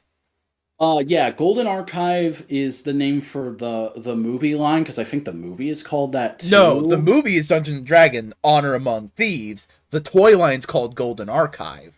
Okay, well there you go. I haven't been paying super close attention to Dungeons and Dragons, but we Uh, uh there's that, and then there's the Target exclusive animated classics line, which is this same scale, but it's figures that are very animated style and are based off of the old cartoon, which is the line I want to but we collect. got a bunch of props for the gelatinous cube. We got Chris Pine as the Bard. hmm who raise your hand if you want to customize this into a movie, Steve Trevor. I mean, it's not bad, but Yeah. it's also just like they look like fun D&D characters. hmm Like I'm not the movie looks good, but I'm not like excited for it. I'm not gonna like rush to see it. But oh, the movie is called Dungeons and Dragons Honor Among Thieves. Um, but like these look like good, like Black Series level good figures of these characters. Yeah, and that's honestly what I think D&D should have is like get some of the iconic characters that people would want. So like the one elf dude with the panther that they did a toy for forever ago. Yeah, Dritz. Strahd. hmm Um, I don't know enough about D&D lore to be like, here's give the me that thing. person, give me that Here's the person. thing. My brain immediately just goes like, "Oh, wait a second. Some of the characters that people really love from D&D aren't from D&D. They're from popular Let's Play podcasts." Yeah, Hasbro's gonna have to do a lot of sub licensing for this line, I bet. Like imagine a Critical Role line. Hmm. Wait, isn't McFarlane doing that? Yes, but that's because they turn Critical Role into it's because the story in Critical Role has nothing to do with the lore in D&D. They just use the rule set, and all of the lore and world was made by Matt Mercer. Okay, That's the whole shtick there. fair enough. But yeah, But I'm liking the D&D stuff because it's just fun. yeah, We got a big old beastie, I'm trying like to good figure it. little build a figure. It's not a Build-A-Figure. This is actually from the kids line, but Oh, it's still in the kids line for the movie, but it's still in scale with the Golden Archive figures. that's It just nice. has a little less articulation and paint than it would have gotten if it was Golden Archive. Well, that's good. It'll work. Hmm. And we also got these guys, which a lot of people were going like, "Oh my god, I want them." Uh, Yeah, I fucking love Bakugan. they're fucking rock lords. Shut up. The official name for these is Dicelings, and like, yeah, they look pretty cool. I get the appeal. There's definitely a certain subset of transforming toy fans that are flipping out over these. Like, I think TJ literally posted "Shut up and give and take my money." Um, but I'm looking at these and going like, I am not gonna try and get these purposefully. But if somebody gives me one, I won't say no. Here's the thing: these look less for like transforming toy nerds. These look like, "Hey, you're into D&D. Here's a little fun toy for you." Yeah. The owl bear looks great though. It looks pretty good, and it's nice that I'm assuming all these creatures are going to be in the movie to some extent, but the owlbear is like heavily featured in the trailer because there's a is the term animage? There's a person that turns into an owlbear in the movie. That would be more of a druid thing, I would think. No, yeah, no, anime, yeah.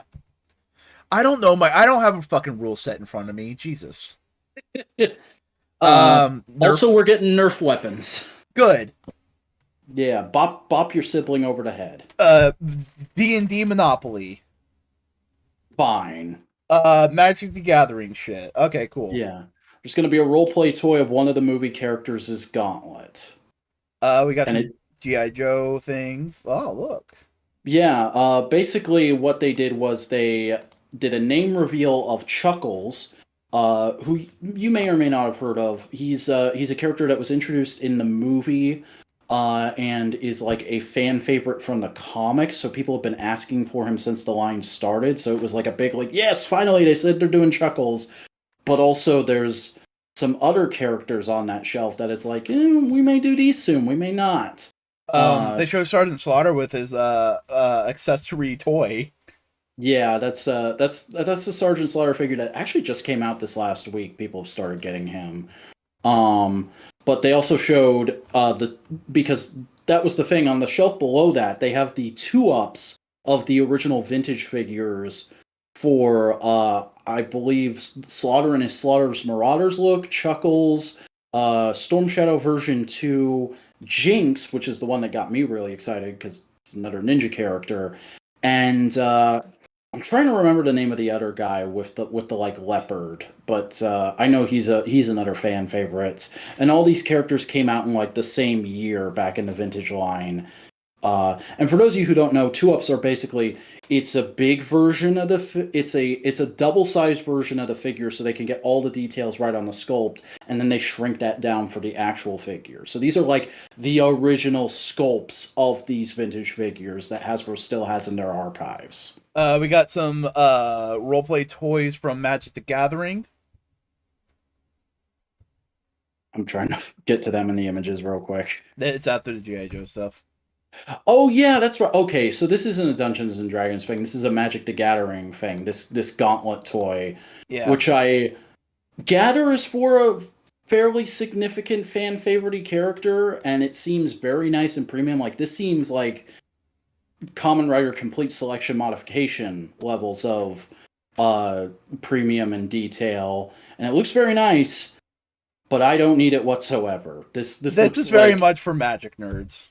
yeah, it looks like for Magic nerds and people who are still somehow into steampunk because it Uh, shoots steam. Sentinel versus Galactus. Yeah, they like that. That was kind of the thing is they were literally Dwight and oh no, it's Dwight and Dan. Ryan was the one who was feeling ill. They were just playing around doing this on the set, and then the host guy comes in and he's like, "Hey guys, let's reveal some stuff." We got a Kenner style Power Man. Yeah, they revealed the whole next wave of like a bunch of characters that is like some of them they're like, yeah, we've done these people before, but we want to keep this line interest. I like how they were very transparent about that. Like we're doing classic characters again, slightly different for people who may not have gotten them way back at the beginning of this line, which is always nice. And Spider Woman. yeah, I like the way they kind of came up with a vintage way to do her web cape of it's just a clear plastic piece that plugs into the back. Yeah, it's cute. Doctor Mhm. Doom. Yeah, that's a good classic Doom. I like that. Oh yeah. The Fantastic Four to go with him. Hmm There's a And Ghosty. yeah, the Ghost Rider that we got revealed at PulseCon, just showing more detail on it. Oh, looks great. Like even this may be the only one I would get of the line, just because Yeah, he looks great as a vintage toy. yeah, that's the thing about these kind of faux vintage lines is like I could never imagine myself collecting one of them, but they always have that one that I'm like, okay, that's kind of cool. Showing off Mephisti Yeah. and Goblin Queen Hmm and Hellstrom. Yeah, Hellstrom is the final tier they're revealing, and interestingly enough, all these are at lower goals than Mephisto. Mephisto is the highest one at 12,000 backers, and then it all goes down by 1,000. And I think that might have been something they retroactively decided based on the fact that the Engine of Vengeance hasn't been funding too well. Yeah. But Hellstrom looks great. Yeah. He's not a character I'm super familiar with, but if you say he looks great, I will take your word for it. He's the son of Satan, but he wants to be, Oh, but he yeah. tries to be a hero and not Antichrist. Hmm And Power Man, not Power Man, Wonder Man, Yeah, we're getting classic Wonder Man, or at least classic Wonder Man West to Coast me. Avengers. Yeah, because like this is the Wonder Man I think of when I think Wonder Man. Just this faux Hollywood looking dickhead with his little jet belt, which really cool that they put in effects parts for the jet belt. They didn't have to do that, but they did. He looks great. Hmm I Uh, can't wait. I can't wait to have him getting punched by Hank Pym while Hank Pym says you're a terrible actor. I can't remember this character's name. This is comic book Yelena Bolanov Black Widow. Hmm. And I hadn't seen this look in a long time, and as soon as I saw this figure, I was like, oh yeah, that's right, I really don't like this look. It's a good look for a fun, goofy villain. Yeah, if she was like a villain, but like the way the MCU portrays her, because I'm always like, I like the MCU, but I want the comic version, even if the MCU version is the only version I know. This doesn't look like this. They portray her more as like anti-hero, more heroic in the MCU. So this would feel weird for me to get. Is there like another prominent look they have that she has that they could make? I don't know. We got this guy, Thruka. Yeah, this is the one that popped me huge because I am all in on classic Hydra dickheads. So finally getting a new Strucker really excited me. Yeah. We got a new Carnage. Yeah, this is the animated style Carnage and Spider-Man 2-pack that they teased back at PulseCon that's going to kick off the VHS Spider-Man animated series subline that's going to be running all through next year. I've seen a lot of people who were a little down on this Carnage saying they wish there was more black in the design, but like, my dudes, this is how he looked in that cartoon. Yeah, And if it's too much black, it would muddy the colors, in my opinion. yeah. And also, like, I think this figure is going to be worth it for the new Cletus Cassidy head alone. Oh, it looks great. Yeah. And here's the Uh, thing: you can use this like he doesn't look super cell shaded. You can use him as just a regular Carnage. yeah, no. Uh, And there's the Black Suit Spider-Man. yeah, which is the one I was actually kind of down on because, like, I love that we're getting a black suit Spider-Man on the Renew Your Vows body, but I think they went a tad heavy on the shading here. Like, yes, you can nail polish remover it off, but that's work, and I don't like having to do work on my figures. I like them to be the way I want them out of the box, but I'll probably still get this, even though I already have a Carnage I'm perfectly happy with. I want that black suit Spider-Man, and I It's want to a clean him up. it's a good. And then we got Yeah. some Power Ranger stuff. We got Sentinel. What's his name? Blue Sentinel. Blue Centurion. Blue Uh, Centurion. and I'll probably talk more about this on Tuesday. So go watch that, But everybody.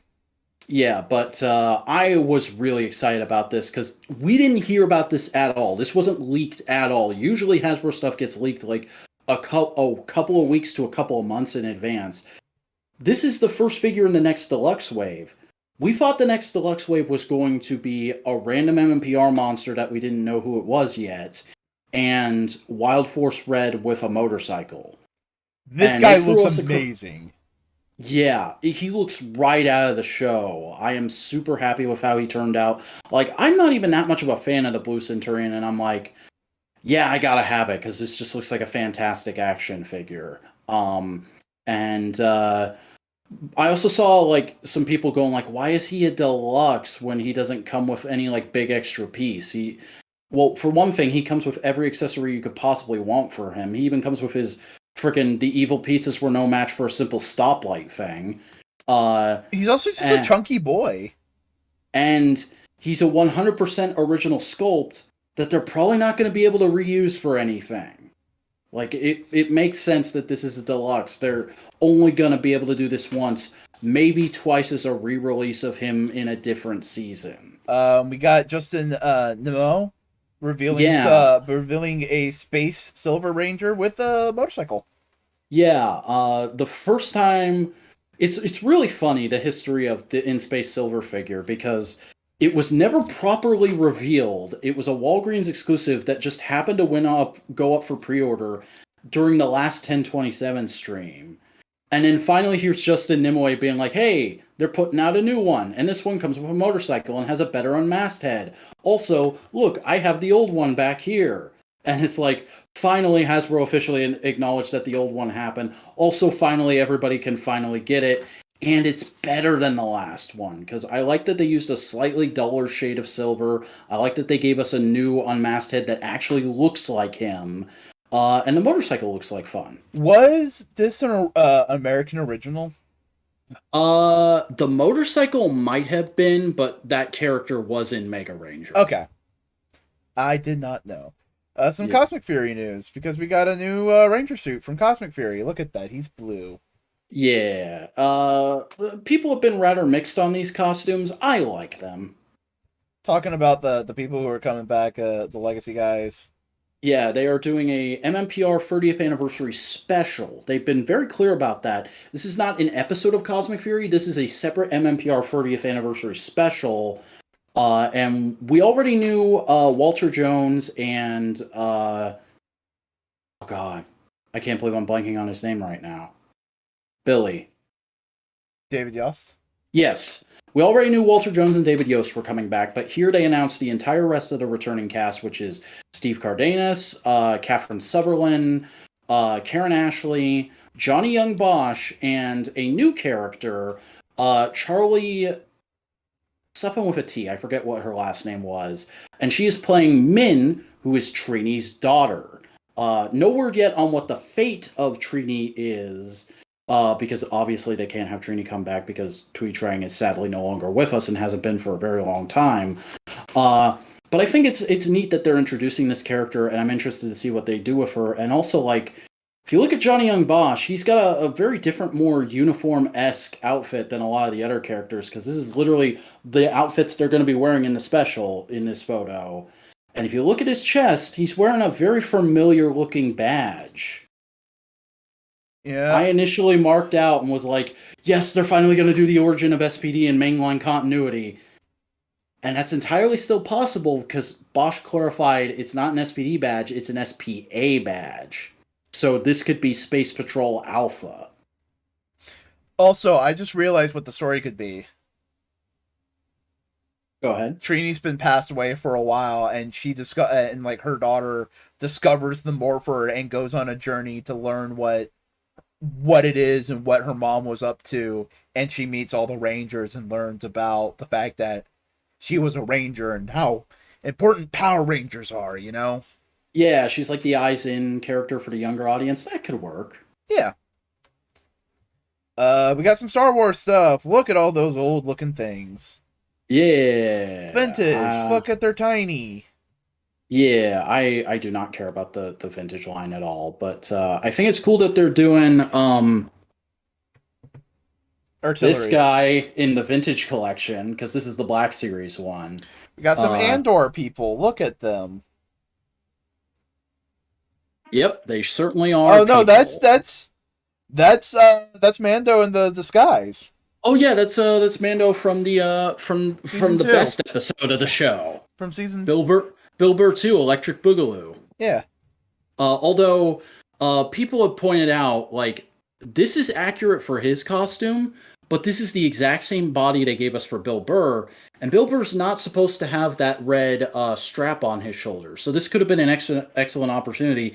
They had given us this without the red strap, and then you just do a simple head swap. But no, everybody's got to break out their paints, I guess, for Bill Burr. And the guy from the video game. Yeah, Cal Kestis based off of his new look in Jedi Survivor, all original sculpt. It looks nice. Also, is it just me or does that face sculpt look a lot like a certain YouTuber that reviews novels? It looks like the actor that they face scanned for the character. I don't know. I haven't watched a lot of Jedi Fallen Order or Survivor footage. I just looked at this and I went, that's Dominic Noble in Star Wars. What the fuck? We got some Boba Fett. Look, he's Boba Fett. He looks cool. Boba Fett. Yeah, this is the Black Series Return of the Jedi Boba Fett that they had previously released, I think, in 2020, but now it's on a retro card because Return of the Jedi 40th anniversary. And it's still at that kind of ouchy deluxe price point, but I get it because he still comes with all his original accessories. Look at that big Optimus. Mm-hmm. Transformers. That's just a statue that happens to be there. It's an art installation. But the biggest thing out of the whole event was a Transformers thing. The newest HasLab is HasLab Deathsaurus. Which, what the fuck? I mean, they already did Starsaber, so there's kind of a precedent, but still, like, holy damn, that's incredible that that's happening. I'm not gonna back it because, like, I didn't back Starsaber, and I'm just not enough into Japanese G1 to want those characters. But, like, I think it's incredibly cool that it's happening, and I hope it funds. Yeah, and one of our favorite YouTubers got to be part of the announcement with Few. Yeah, they brought in Few. Also, everybody go watch Few's newest episode. It was really good. Oh yeah, comparison of Deathsaurus with Starsaber. Yeah, look at those big crowdfunded boys. They look pretty good. Mm-hmm. Just going through all the stuff he comes with. Bip bop boop beep bop bop do. Yeah, no, I like him. He looks like a great update to the original toy. Oh yeah. And that's all that toy news. That's everything out of 1027. But then 2 days later, Hasbro did a bunch of reveals out of MCM London, which is basically the British version of SDCC. So we got Ultimate Captain America. This is the one that says, what do you think this A stands for? France? Yeah, man, I normally wouldn't want this figure at all because I hate this version of Captain America. But, like, he's gonna come with a complete shield. And he's coming with an angry battle face. I kind of want to get this just to harvest accessories for my 20th anniversary Captain America. Jesus. Oh, man. If he doesn't come with a pointing finger, just so you can recreate the panel. That would be so great. Oh, my gosh. Let's see what else we got. Yeah, yep. Ultimate Cap. Look at that boy. Look at that angry boy. Also, first time seeing in-hand photos of Pretty Boy, and he's a lot skinnier than I thought he was going to be, and I kind of love that. We got Extremis Iron Man. Look at that guy with his thigh highs. This one really hyped me because Extremis Iron Man was one of the first figures in the Return of Marvel Legends, so this is like a big remake for him. Also, like Ultimate Captain America is the first Ultimate character they've done since the first Miles Morales, so that's Yeah. kind of cool. I mean, Uh, most of them look like the regular versions. The only ones that don't are like the ones that have a very big departure. But Extremis is kind of a huge deal to me because Extremis is the first Iron Man comic I ever read, and I still have a soft spot for it. Like, parts of it are really dated, but it's still a fun story, and I love this design. So, like, I'm very tempted by this figure. Yeah. Some more Extremis looks. There we go. He looks cool. What if? Also, it looks like he has a ball joint in the torso, so he Yeah. can do the Iron Man pose. And we got what if Killmonger. He looks like Killmonger. It's literally just the existing movie Killmonger figure with a new head. To make it look cartoony. Yeah. And then we got Zero. AKA, I can't believe it's not the Spot. Hasbro, why haven't you done the Spot yet? Give me the Spot, damn it. And we got Random. I've never heard of this man. He's an X-Men character. He looks like he's a fucking Cobra guy, a Cobra villain. Vertigo. Never heard of this person either, and I don't know what she looks like. She just looks goofy to me. So yeah, some cool figures. Also, people are proposing that Random and Vertigo and Zero are part of an X-Men Amazon exclusive 5-pack, because remember that rumor was floating around and people were going like, oh, we're getting Pretty Boy, so he's going to be in a big Ravagers 5-pack. It might be like Pretty Boy and those three characters and one other character. Who was the other one people were thinking? Oh yeah, Strafe from back during PulseCon. But also at MCM London, we got some Black Series publishing line exclusive, which we haven't talked about this line before. Basically, in the Black Series, they've recently started doing this publishing sub-series, which is based off of the EU, specifically the novels and the comics. And it's mostly like figures that they can do based off of existing molds, but we got aside from this one you're seeing on your screen, Mike, who is a member of the Scar Squadron, which is basically the Bad Batch, but during the original trilogy era, and we already got the commander of that guy, Sergeant Krill. So it seems like they're going to be trying to complete that team slowly but surely. But in the other two figures are like mostly new sculpt, and they're really exciting character choices. So like Mike does look good. He looks like a good solid stormtrooper. Like I want him in the same way I want Sergeant Krill, of just like another kind of unique looking stormtrooper to army build stormtroopers a little more. But these next two, ooh, these excited me a whole bunch. All right, let's see. God damn it, mouse. Moving the right way. We got Black Series, Dr. Aphra. Yeah, in her new, most recent updated look from her solo series, because we have a figure of her already in her look from the Darth Vader series where she first appeared. But this is kind of a more older, more mature Dr. Aphra, and I think it's really cool that they went back and revisited her and gave her this updated look. And I know there's a lot of people who love this character, so I think it's really cool that they are putting her back out there for the people who want her. Yeah. And the last is the one that I'm definitely going to buy. We're finally getting Mara Jade in Black Series. Because people have been asking for this character since, like, I want to say 2015, 2016, and they even admitted during the panel that they've had her on their to-do list for a number of years now. It's just been trying to find the right place for her. And I think they definitely picked the right one, because they're doing her Dark Force Rising look, which is like the most iconic Mara Jade look. And also it'll go real nice on the shelf standing next to your Jedi Luke, which is definitely what I plan to do. Um, because like I'm not one of those people who are like restore the EU, the sequels suck, but I definitely do like the whole EU extended Skywalker solo family. I find that whole dynamic to be really fun and wholesome at times. Neat. And the And fact that we're getting Mara and we already have Jaina, can we get Ben Skywalker and Anakin and Jason Solo, please? Please? Can we complete the family unit, please? and in a bit of sad news, because I'm looking at the last bit to look Yeah. at the Engine of Vengeance.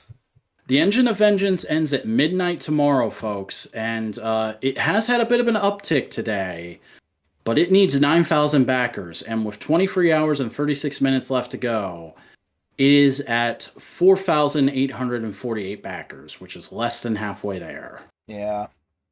And that is just to get the base vehicle and figure. That's none of the bonus stretch goal figures, which is really rough. I've said it before, I'll say it again. I think this thing looks just good enough to justify its price. I won't be backing it personally because I just don't have the money right now, but I would definitely want it were it to get made. And I think it's kind of sad that it looks like it might not get made. I mean, there's always a chance. There's always a chance it could still happen, but it doesn't look like it's going to. Yeah. It's a shame. Mm-hmm. At least they have it sculpted and molded and they could revisit it one day. Yeah. But that's all. And I mean, like, at least we got a bunch of figure photography on Dwight Stahl's Instagram. If you guys don't follow Dwight Stahl on Instagram, the head designer from Marvel Legends, he actually took this thing out to a parking lot and has been posting a ton of pictures of it with various Marvel Legends hanging out around it. But yeah, I think that's the news. That's the news. Now it's time for the comics. Oh boy. Yeah, we're already at 12:30 and we're just now getting to comics. It's gonna be a long one. Hey, guess what? What? It's the end of Judgment Day. All right, time to go take a piss. No, you're staying right there while I tell you what happens. Vac would be broke if he was into Lego characters. Yeah, I had that experience during the hype for The Force Awakens. It wasn't fun. Well, it was fun, but it wasn't financially fun. So, the plan is for them to get to the center and the core to disrupt the whole celestial thing, blah, blah, blah. Everyone in the world... Nightcrawler's package is dead center on that cover. It's great. So, Did you? basically, how to best explain it? They go up to the core and they realize that there is actually like a tiny there's like a figurative tiny celestial controlling the whole thing, doing the thing. And they go like, "Oh shit, you're the core. We got to beat you." And we learned earlier that Ajax and Makari realized, "Oh, wait a second. The celestial turned off our like programming. We can do whatever we want now." And then they start trying to stop everyone from killing the celestial. And it's like, whoa, whoa, whoa, whoa, whoa. Hold on a minute. And basically, the way this story ends is they have a conversation with the celestial and basically point out to him, your judgment is inherently flawed because you were the product of flawed people looking for a solution. You cannot be a perfect God. Therefore, judging us as imperfect is in and of itself wrong and hypocritical. And the Celestials through this conversation goes like, you're right. And like basically goes like, I was lashing out because I felt like I needed to be this God. Like, he doesn't say it like this, but like, he goes like, I felt like I had to be the God you wanted me to be, and I failed you. Okay, and all this kind of stuff. And he goes like, yeah, no, I am not worthy of the power that I wield. And he looks to Ajax and goes, Was I a good god? And she puts her Was I a good meme? and she puts her thumb down, and he goes like, "That's about right." And he gives her all of the power of the Celestial. But does she have all of the gold? Yeah. So basically, Ajax is now a celestial god, keeping an eye on Earth. Everything kind of gets reset. So Ajax just became Captain Universe? Less, but yes. Hmm. So basically, like, everyone who died comes back because the inherent judgment was flawed. So the judgment was null and void. Everyone still remembers what happened. Orcus helped out in the fight, so they are seen as good guys now. So the X-Men have to play nice in public. Oof. But the Eternals are now also being hounded because their resurrection protocols resulted in the death of humans for millennia. So everyone's like, "Fuck you," and Eros is going like, "Oh, this is new, unfamiliar. People hate me. Weird." And all this kind of stuff, and everyone's just kind of like realizing like, we just went through something heavy and traumatic. We're gonna have to deal with it. And then the X-Men are just like, "No, let's just go play baseball." And we end the book with basically Ajax making the statement of, every day we choose our actions. Every day we make the choice of what we do to other people and how we treat ourselves and the world around us. I am watching to see how Earth turns out. Like, not necessarily I'm gonna judge everyone one day, but it's more of like, people need to be good to each other. And the last statement is Ajax with their thumb right in the middle, not up or down, and just goes, "Every day is Judgment Day." So you gotta live like you're dying. You gotta live like, you gotta be nice to people. Also, Cersei's dead. Like, full on dead. As basically Celestial goes like, yeah, no, someone needs to die for, like, the martyrdom. Like, it makes sense in the book. It makes sense in the story. Alright, fucking RIP then. Yep, so Cersei's gone. This was really good. It's very much more character driven. It's not a big action punch up at the end. It is literally Tony Stark and Ajax and Jean Grey talking to Celestial, going like, "You do realize you've been kind of being a dick, right?" "Wait, I've been a dick, haven't I?" "Yeah." "Fuck, man. Let me fix this. I'm sorry." Alright. It's good. It is good. Sick. You read Catwoman, Lonely City. Yeah, the final issue of Catwoman Lonely City finally came out, and it's pretty good. I don't want to get too heavily into spoilers, because the thing is, read this book. This book is very worth your time. Like, it is literally just, what if we did The Dark Knight Returns today, and Selina was the main character?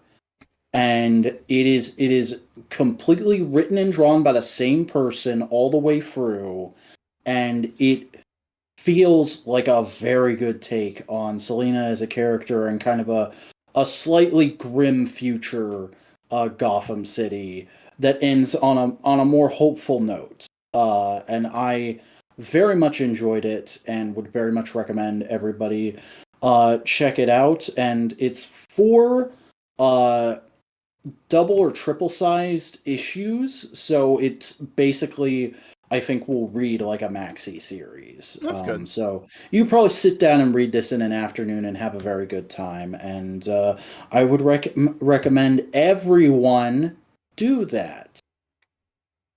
I ain't doing jack shit. Fuck you. We both read Wolverine number 26. Yeah, this issue was a lot of fun. This issue just fucking goes like, oh hey, everything you've been complaining about, we're finally doing something about it. We've just been setting it up and like waiting to do it. Yeah. Like Wolverine's friend from the first arc finally comes back. And it's super cool. He's just like a bro. Yeah. They're just buddies, and he's having Wolverine a good gives life and doing him stuff. Wolverine gives him Deadpool's finger so he can get on Krakoa whenever he needs to. Mm-hmm.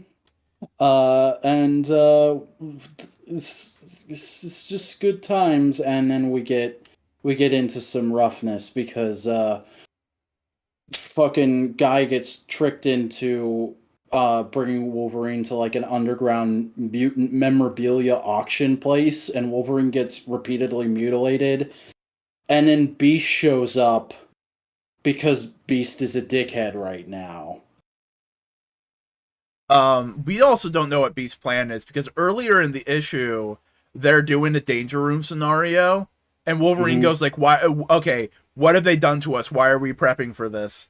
And Beast goes like, "Oh, they haven't done anything to us yet, but we need to be proactive." And Yeah, Wolverine they just do a goes, Minority Report scene. like, "No, you fucking asshole! I will kill, I will maim after they hurt us." Yeah. Which And is good. I like that Wolverine's that kind of guy. Also, look at this awesome splash page of the Snicked family. it's all good. It's so good. Wolverine. Here's the thing: Wolverine's not the best book at Marvel, but it is a solid, good book. Also, I really liked the little meet cute scene between Wolverine's friend and the lady from his office. Shame about how that turns out later in the comic. Yeah. Anything else we want to talk about Wolverine? No, just Wolverine is a good solid time. That's not like overemphasizing itself. Like I like that we're back to Wolverine being a prominent X-Men character, but not being the X-Men character. He's just a dude who does dude things. Yeah. You read Tim Drake Robin. I'm done with this book. Okay. Like I just can't stand the art, and like it's not bad characterization. It just it's not doing anything to really pull me in. It's leaning a little too heavily on the Tim Drake takes after Batman and being like the most detective-y member of the family, so let's do as much like detective stuff as we can and make it goofy and fun and referential. And I'm like, yeah, that doesn't do much for me. There's still solid superhero stuff in this, and I enjoy it, but like it doesn't feel like charming in a way that pulls me in and makes me want to read the next issue. It's just like, well, yeah, that's a thing I read. And there's also like tiny annoyances here and there. Like, I kind of hate that Tim has a secret identity with his boyfriend just because, like, the scene that opens this where they're on a date is like the most stereotypical superhero on a date scene I've ever seen in my life of him being like, oh, I want to be able to tell my boyfriend that I'm Robin, but I can't because I need to protect him. And I'm like, just fucking tell him. The medium has moved way past this cliche. I'm so sick of it. Yeah. Also, speaking of cliches, Robin gets framed for a jewelry theft in this issue, and like that's now part of the ongoing plot as he's trying to clear his name. Here's the thing. You tell me a Bat Family book that's all about mysteries. I'm like, yeah. This just sounds like poor execution. Yeah, it's a real shame because I was somewhat excited for this book. Like this is just Batgirls all over again, where I go like, yes, excellent concept, underserved character, finally getting a new series. Let's do this, and then it's just a little too quirky for me. Yeah. Like, there's even a new character, or semi-new character, because she was introduced way back in We Are Robin, but she's got her own identity now. I, I'm into Sparrow. I wanna see more of Sparrow. I just don't like this book enough to keep reading it just for her. Anything else you want to say, or should we move on? I will definitely not be discussing the next issue. Yeah, fair enough.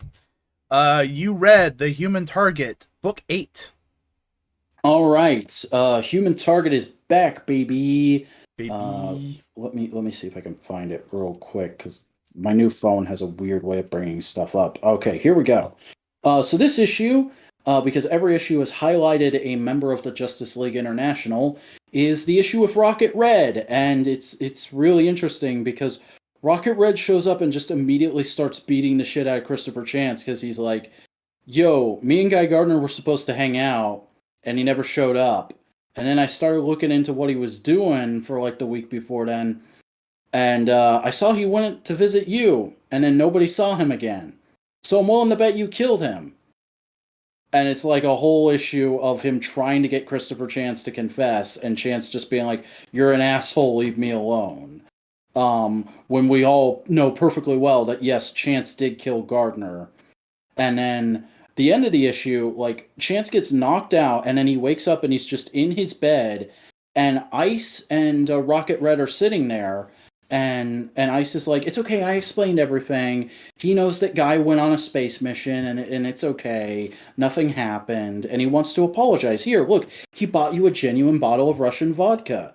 And Chance is like, "Oh," and he takes the bottle, and he just smashes him over the head with it and starts beating the shit out of him until Ice grabs him and knocks him out again. And he wakes up a few hours later and she's like, "I made him go away. Don't fucking do that again." And Chance is like, "Oh god, I only have a few days left to live, and I'm trapped with this woman who I love, but might low-key be a psychopath. What the fuck is happening anymore?" We got some spam in the chat we need to deal Oh, with. I have not seen it show up on my screen yet. I just saw it pop up on the stream. I don't see it in the chat. That's interesting. Let me refresh, see if it happens. That's weird. It's not showing up in my chat. It's on the screen, but not in my chat. Weird. Maybe we'll just play it by ear then. Yeah. That is bizarre. All right, well, Human Target was very good. I like this book. Nice. Check it out. You also read Lovesick. Yeah, so this is another like semi fucked up book, but more in the direction of actually being fucked up. Because this is an independent book from a Italian creator named Luna Vicino, and it is translated into English. Okay, Nightmare says it's not showing up on their chat, so I don't know what the hell's going on. Yeah, it just popped up on the video frame. And it's being translated into English by Edward Chow for Image US distribution. And this book is fucked up, man. Like, this is... I thought Belarus was weird, but this is literally a book about a woman who is leading a dominatrix fucking secret society cult that funds themselves via a dark web live streaming website where every night she live streams herself fucking and then mutilating incels. Oh. Like, that's the plot of this book of like, making fuck you, films. being sexy and badass is awesome, and anybody who would tell a woman she can't be sexualized needs to be fucking horribly murdered. And I kind of agree, but also like it's knuck and futz to watch in action some of the stuff that happens in this book. I'm very on the fence if I'll continue with it, and I don't know if I would recommend it to anybody. Yeah, it seems like it's a very specific kind of book. Yeah, I don't know what else to say about it. It's buck wild. All right. We both read issue 12 of Amazing Spider-Man. God. Eyebrows. Would eyebrows like that book? I don't know.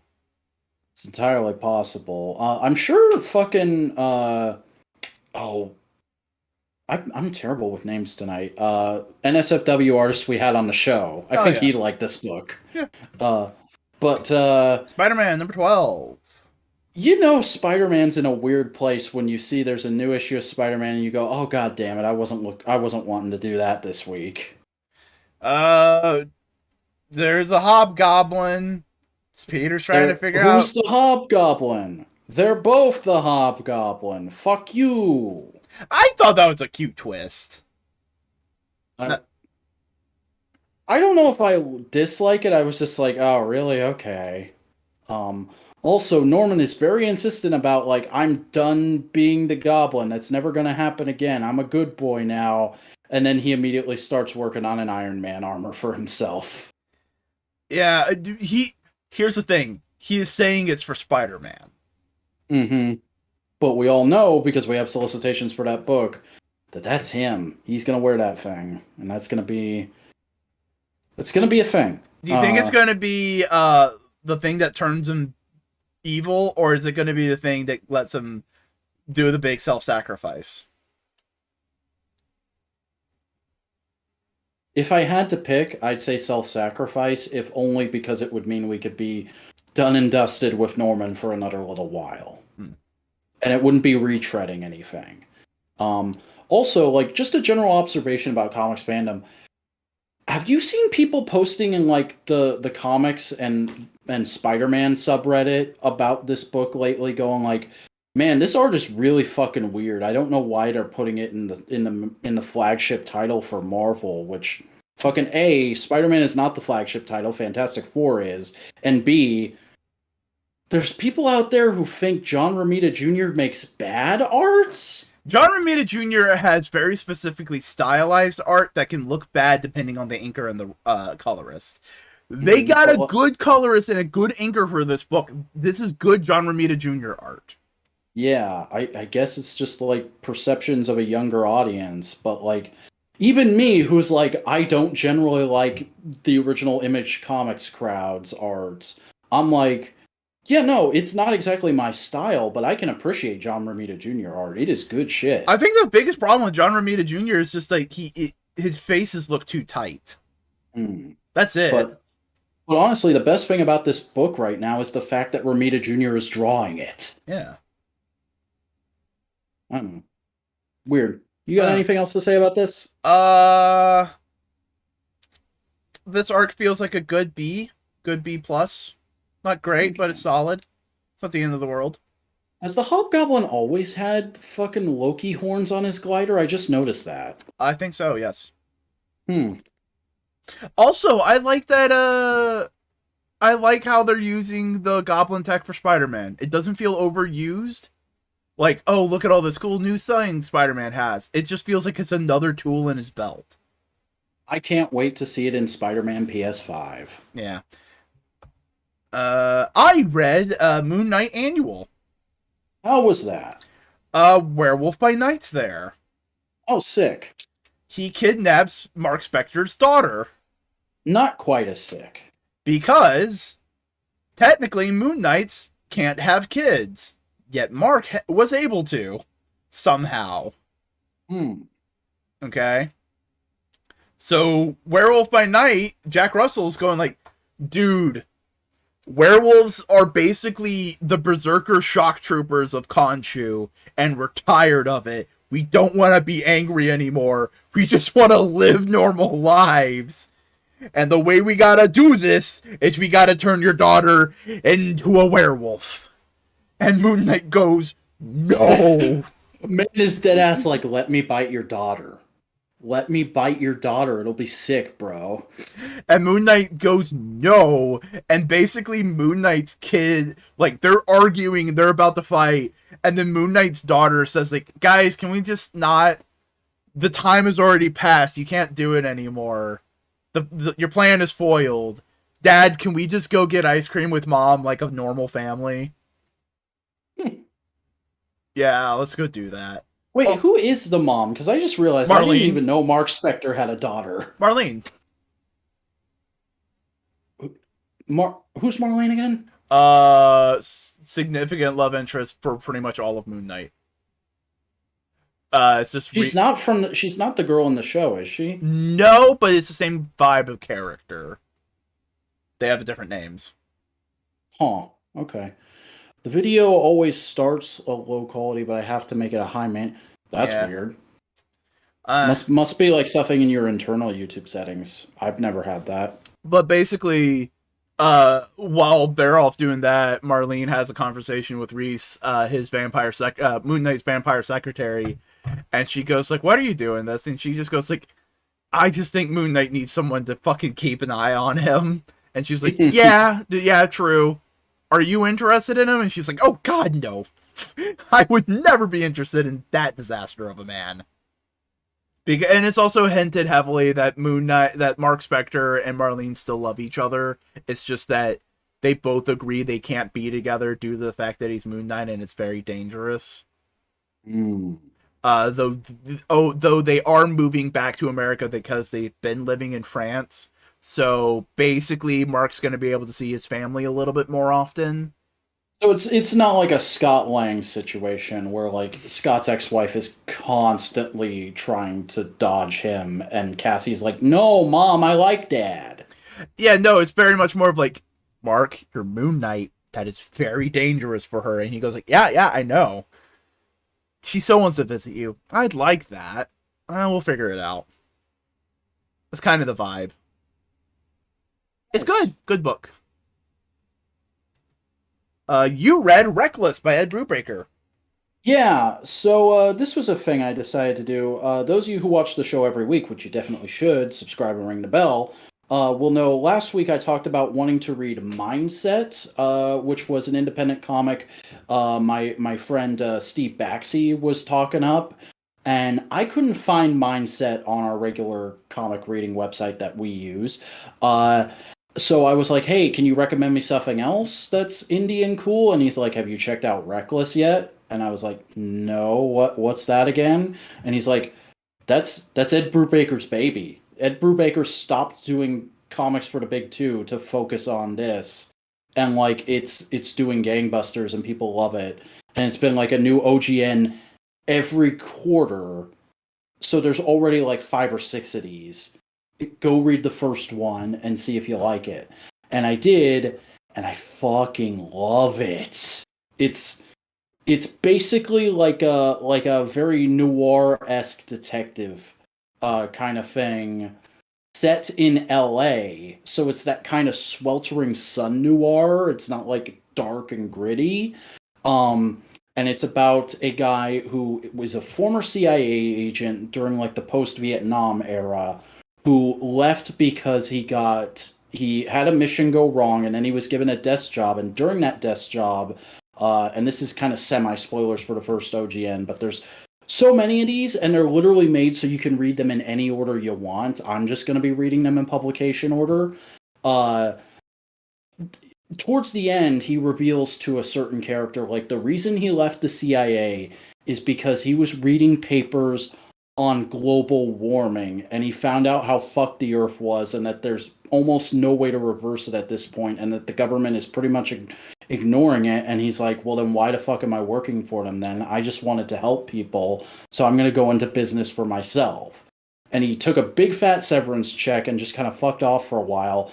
And then a friend asked him for help, and then another friend asked him for help, and then that kind of continued, and eventually he started charging people. And one of the ways somebody paid him was they gave him an old movie theater in LA to work out of.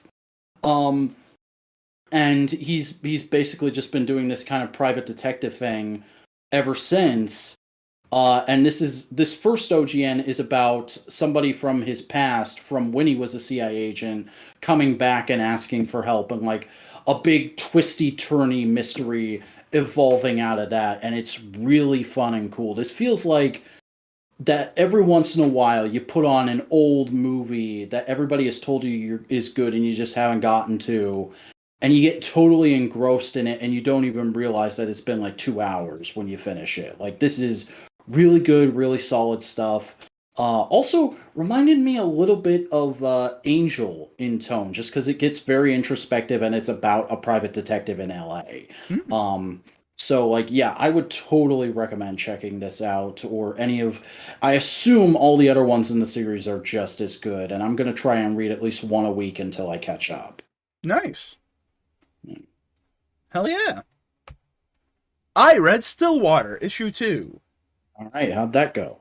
Um, basically the judge is trying to figure out what to do with the main character guy, saying like, apparently it's basically saying like, she says you're her son, yet you're an outsider. We got to figure out how to deal with you.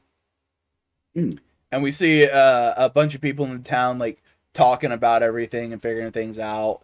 And we get basically that the sole premise is if you stay in a certain border area, you do not age, you heal instantly, and you cannot die. That's it. And they don't know how so far, as they may know how, but they're not letting on. There's a funny moment when the judge goes like, "You're probably aware of what's going on here now," and the main character goes like, "You're all blades." What? You're blades, like the movie. You're vampires, but you can walk out in day and you don't have any of the weaknesses. You're blades. Do they actually say that? Yes, That's fucking hilarious. legitimately, it's like you're blades. And the judge finally comes to his conclusion of, all right, the dude can stay, but he has to stay. He can't leave. You have to stay here now. You know the secret. You're not allowed to leave. Quick question. How insular this town is, do they have internet access? I have no idea. They haven't touched about that yet. Hmm. And they go like, but your mom, on the other hand. Oh. See, here's the thing. You went against orders and you saved him. Yeah, sure, he may be your boy, but like he got out in the first place and we don't know this whole situation. So push into a grave that we just dug. We're gonna bury you for 2 weeks. Oh. And you can't die. Oh. Welcome to Stillwater. Jesus. That's the fucked up part of this book. It's just what people will do to keep their shit. Yeah, that's rough. Yep. See, here I was thinking like maybe they have some kind of magic potion that's going to age her up to be an appropriate age to match her son, and that will be her punishment. Nope. It is very kind of like backwoodsy. The true horror is fucking other people kind of shit.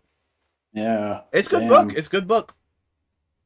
All right. We both read Thunderbolts issue 3. It was fun. This was good. It's basically they fight the apes of the Red Ghost, free of the Red Ghost, and everything goes to shit.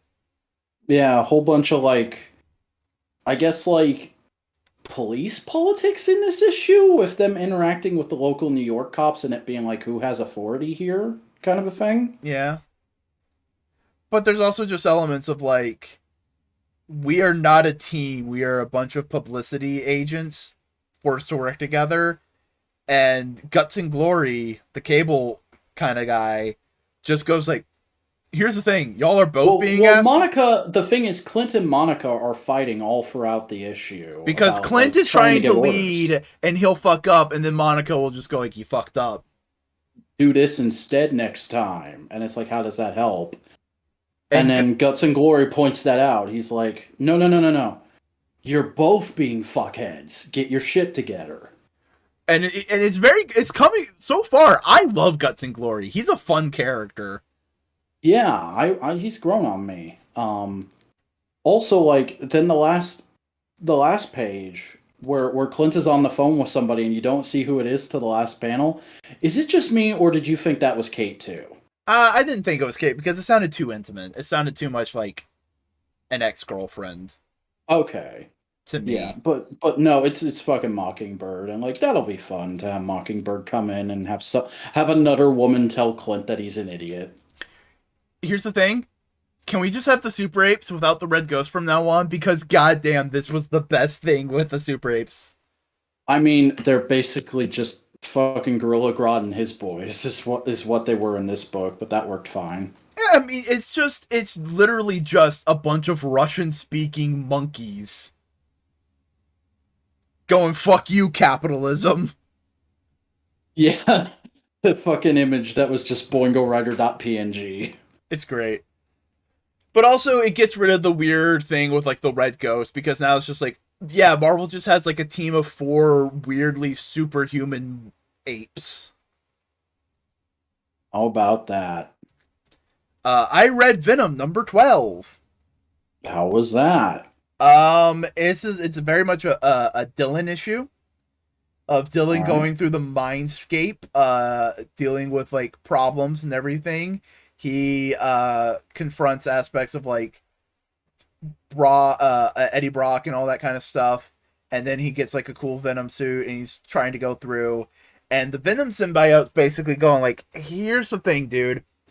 You got made while I Just was." the cover, and it looks like two Venoms trying to make out without cutting each other on their teeth. Yeah, it's fucking hilarious. It's a good cover, but it's also fucking weird. Yeah. And basically, the Venom symbiote goes like, "Here's the thing, you got made while I was part of Eddie, so like, yeah, you're Eddie's kid, but I was there too. I'm your daddy too. I'm part of you, and to truly like solve this and to grow as a person, we all need to grow and accept this past part of you, and you need to become your own man."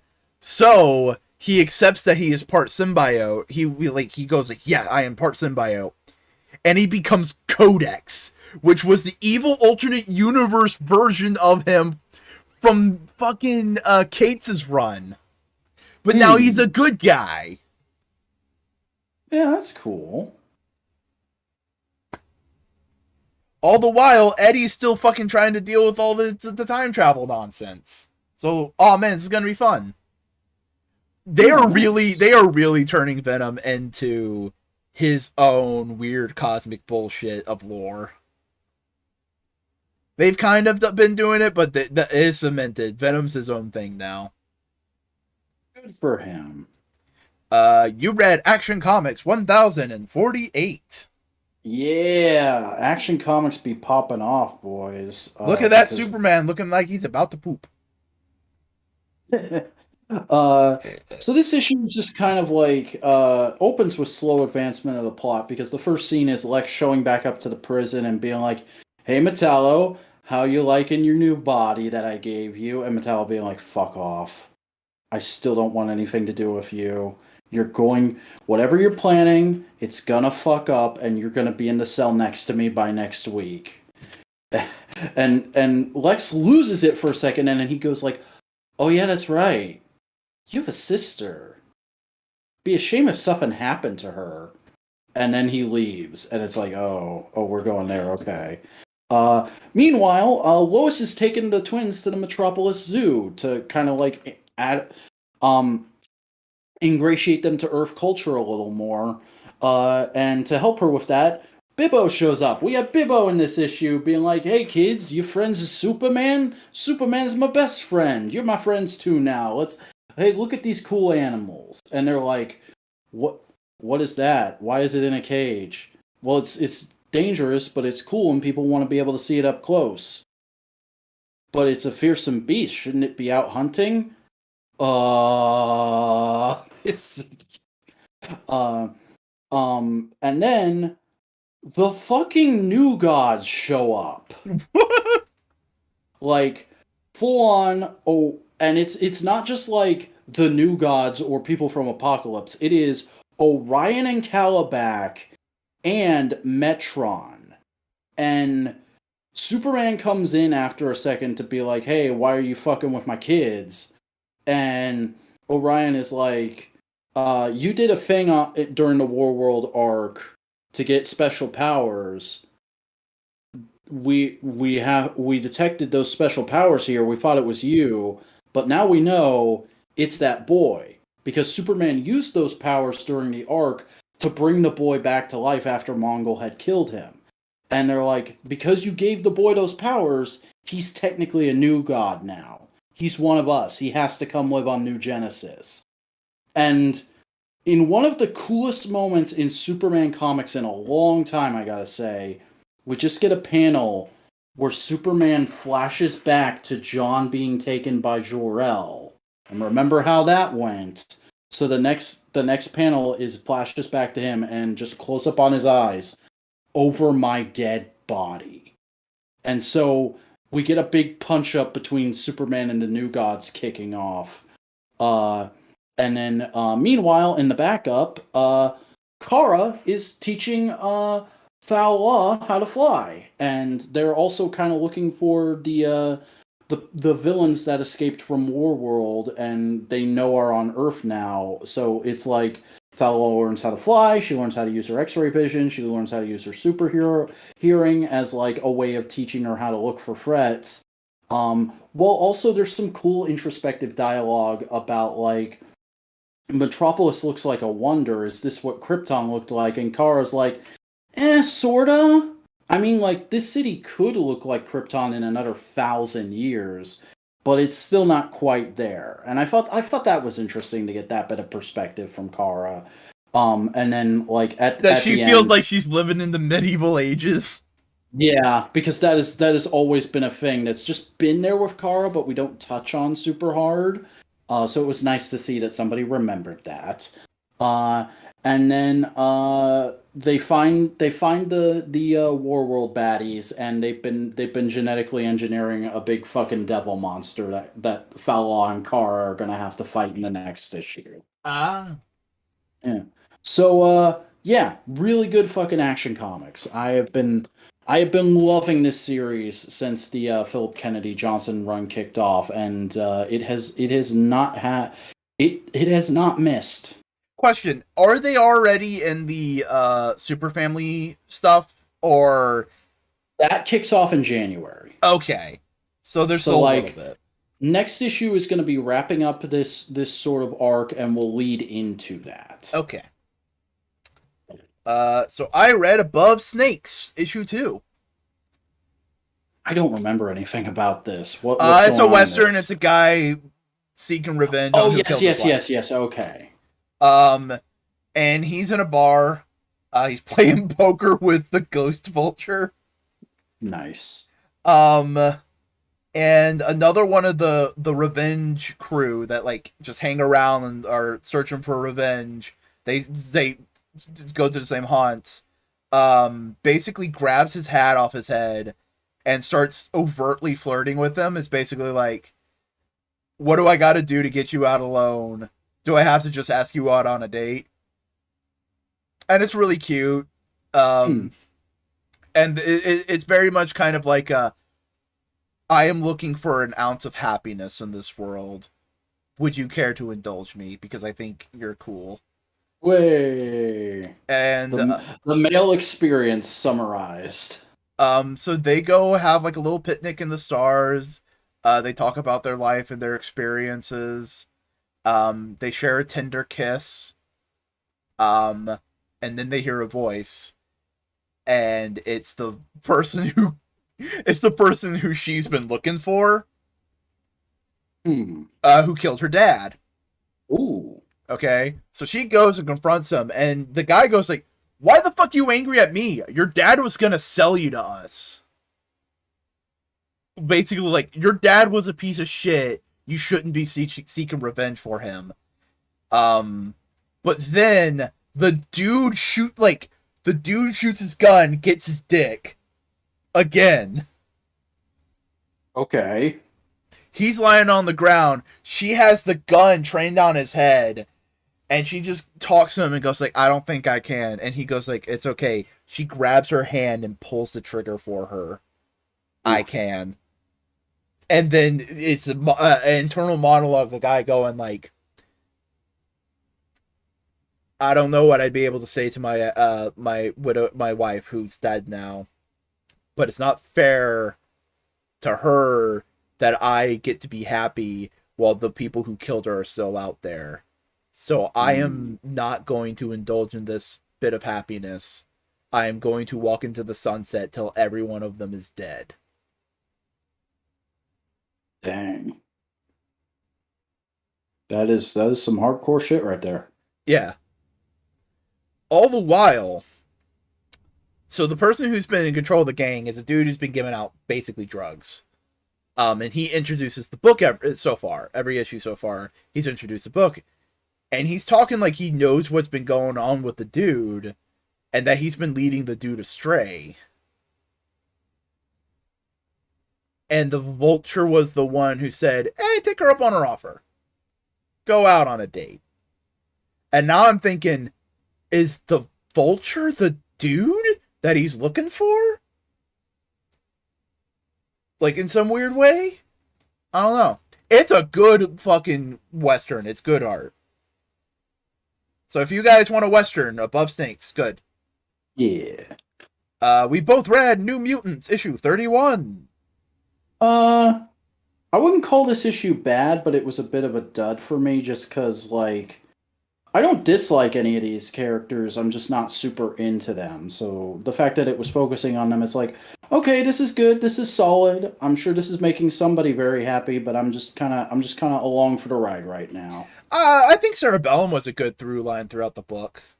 Yeah, it's nice that she's getting development. I was more so speaking towards the new girl. Oh, the new girl.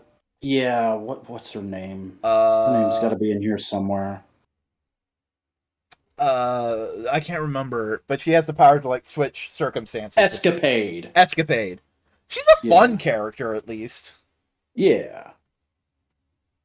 But basically, they're doing things. They get kidnapped by a bunch of fucking mutant assholes. They were the ones that did the brain thing to Cerebellum. They're talking like a bunch of fucking assholes. And who shows up? But Sublime!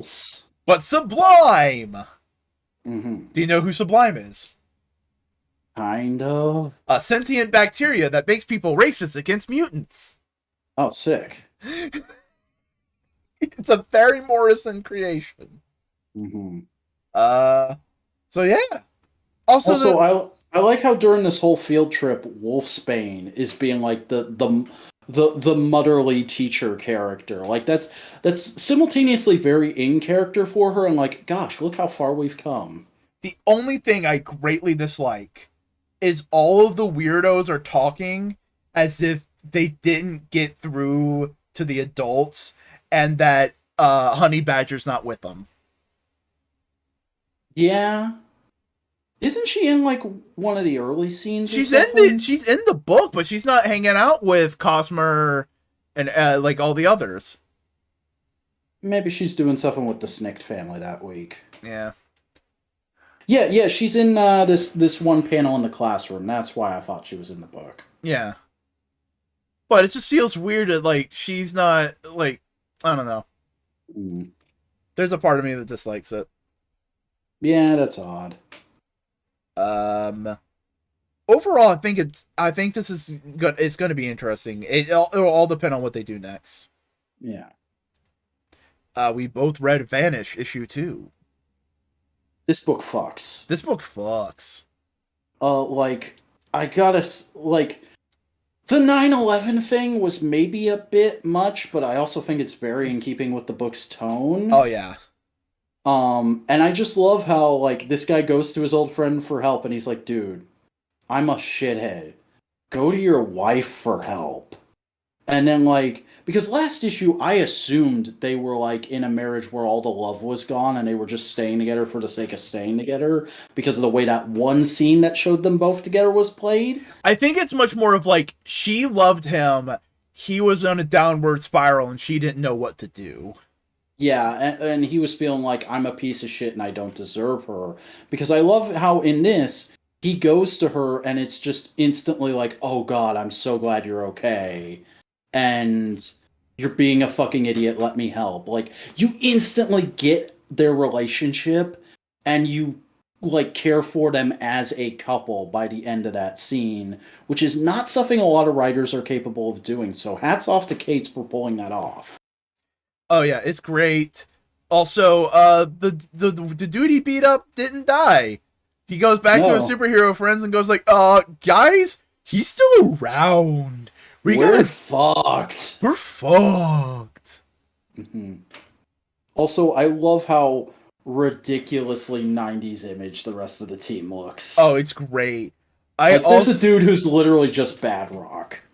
I love how he goes to his magician friend and goes like, "Dude, those guys we couldn't kill. They're the prestige superhero team."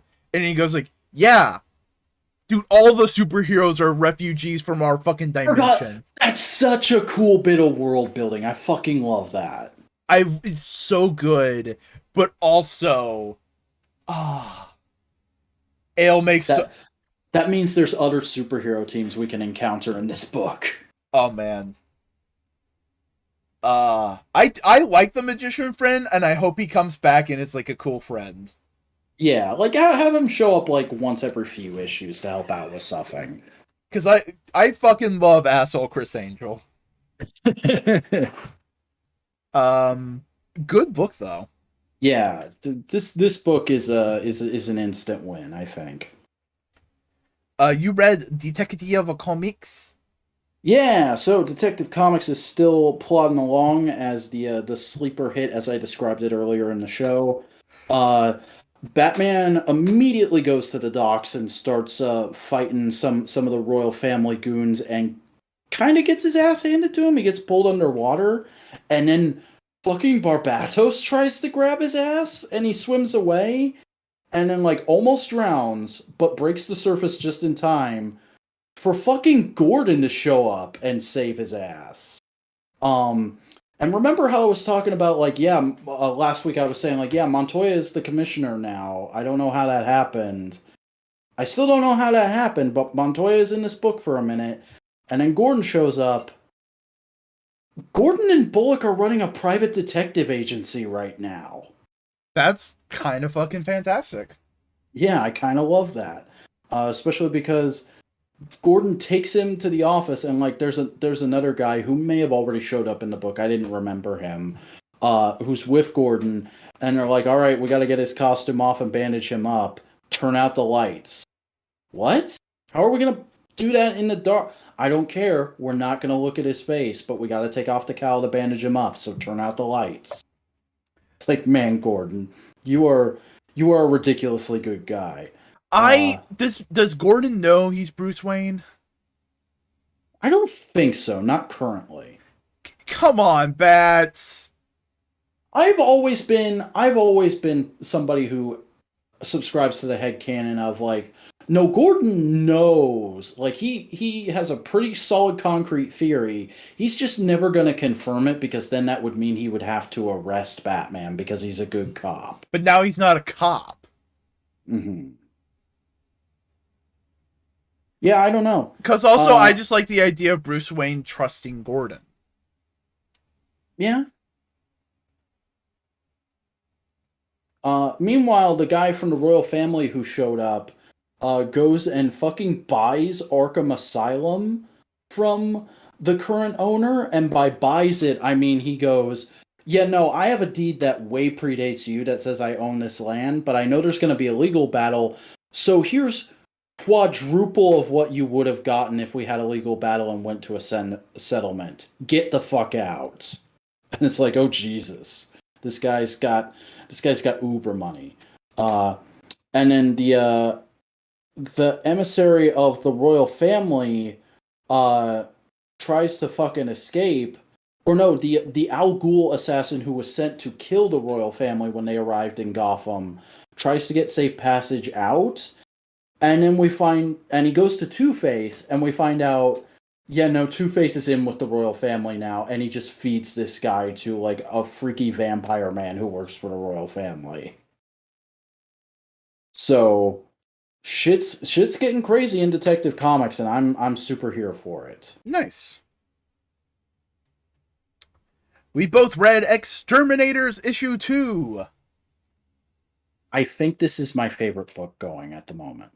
It is buck fucking nuck wild.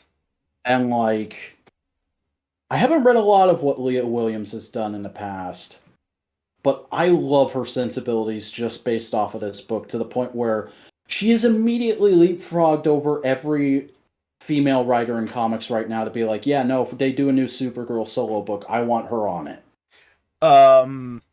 They wrestle. Dude, fucking, like, I had a moment of like, what? And then I immediately went, Oh, of fucking course Jubilee is a WWE fan. She's a 90s kid. It's fucking Dazzler put into a sharpshooter by Dazzler, Yeah. which is just great. Oh, apparently Dazzler's ex-boyfriend is the grandson of Dracula. Yeah, and this is like a whole thing they've had going, and the reason X-23 in there is in there is completely unrelated. Also, his dad is the person who made Jubilee a vampire, so we're addressing that too.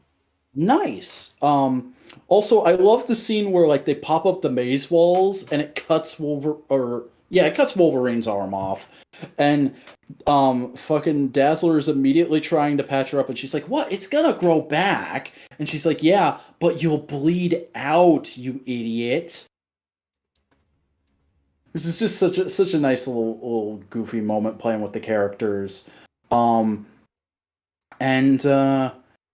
yeah, I love the art in this book. I love the way they play with the gimmicks. And such good solid humor based off of who these characters are as people. And also just playing with comic book tropes like you and I called it, but I love that literally the first page is like, "Oh no, X-23 is going to kill us." Hey guys, how'd you get here? What's up? Also, there's a flash forward where the quiet counselor just like asking them what happened, and they're all wearing fetish outfits.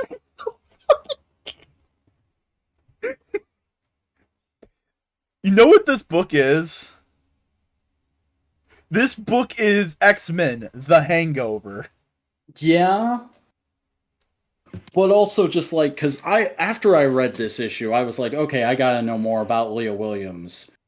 Leah Williams is a self-described bisexual disaster. And I'm like, Didn't that Leah fits. Williams write the fucking Lobo book? She might have. Didn't she write a Lobo book recently? Let me look up her. Look it up. Fucking... Look it up. Look it up.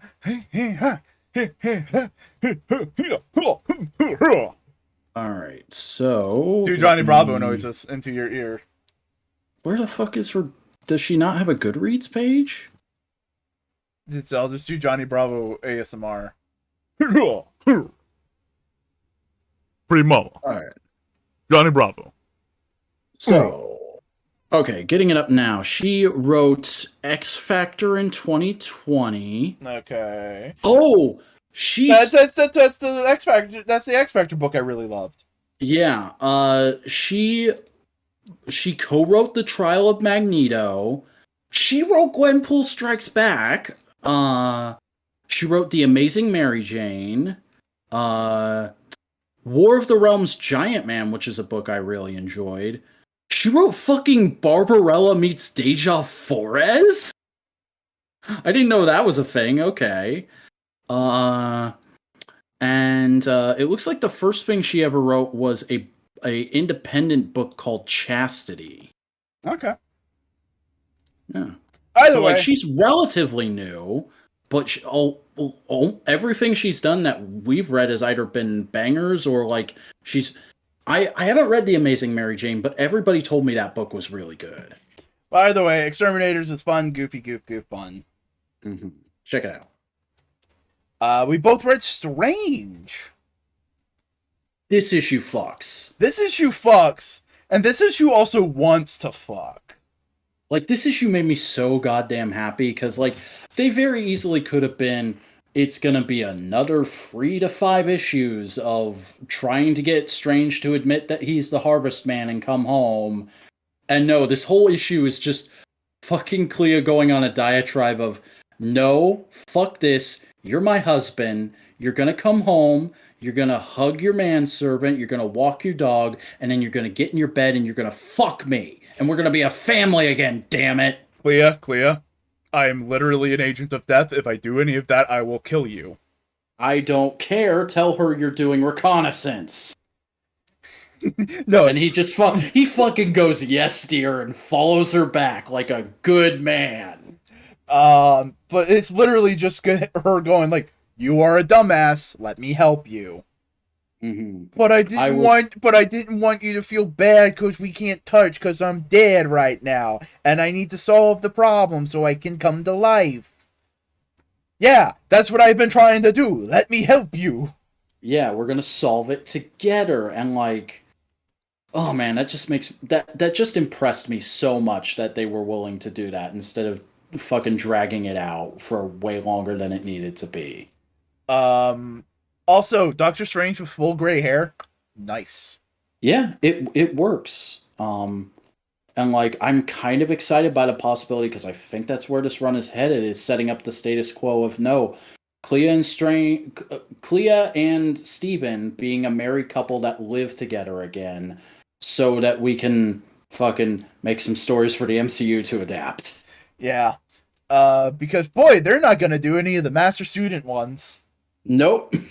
They clearly jumped right over that shit in the fucking end credits scene. Um I also kind of don't want Steven to become the Sorcerer Supreme immediately. Hmm. Once this thing's done, I kind of like the Harvestmen. Get rid of the lock. You don't need the lock. Actually, you know what? I would say put Steven back in his old clothes, but don't have him be the Sorcerer Supreme again. And also don't make Clea keep doing both. Fucking line up with the MCU and give Comic Wong Sorcerer Supreme. Do it. Comic Wong doesn't know magic. Oh, I thought he did. No. I thought he knew like lesser magics or something He like like cantrips, but that's about it. that. Okay. He All can't right, be the well, Sorcerer Supreme. find somebody else to be Sorcerer Supreme in the Dark Dimension so Clea can stay here then. Yeah. But no, this is a great issue. You read Rogues, book 4. Yeah, the final issue of Rogues. Fucking all the fucking Black Label books I'm reading are wrapping up this week. And it's pretty good. It is a very dour ending, I will say that. Again, I don't want to spoil it because I think it is worth checking out. But Question, does the cover imply the right things I'm thinking? oh yeah. You know what, fuck it, I'll just say it. No one makes it out of this book. Oof. It is rough in the way Rogue One wanted to be. And I don't know if I agree or disagree with that. It's just like, yeah, I can see you setting that up and it makes sense, but it sucks to read. I'll straight up say it. I did not enjoy reading this. This was the eating your vegetables portion of comics for me this week. Yeah, but it's like it's the story that needed to it's the story they wanted to tell. Mm-hmm. So yeah, it's still worth checking it out, but just go in knowing it's gonna be a rough ending. Woof. Woof woof woof. So I read Batman Beyond the White Knight, book 6. Hey, how's that going? Bruce Wayne is like finally starting to admit of like, okay, I need help, and I'm gonna accept it. Nice. Talks to Terry McGinnis. Powers is doing his shit. All the while, Nightwing is being called out on his bullshit. Dick Grayson is, and they're like, "Fuck you," and they're basically all that kind of stuff. They're like, Jason Todd gets caught up in something, but Barbara Gordon protects him, and then people were complaining when Jason Todd said, "Oh, she's one of the good cops." See, this thing happened on the video again.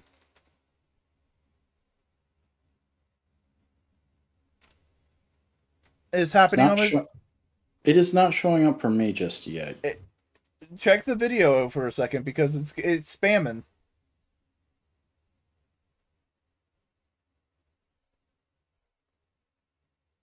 Okay, I refreshed and it's in the video. Yeah, but it's not showing up in the chat. What the fuck? That's weird. Either way, we'll just continue.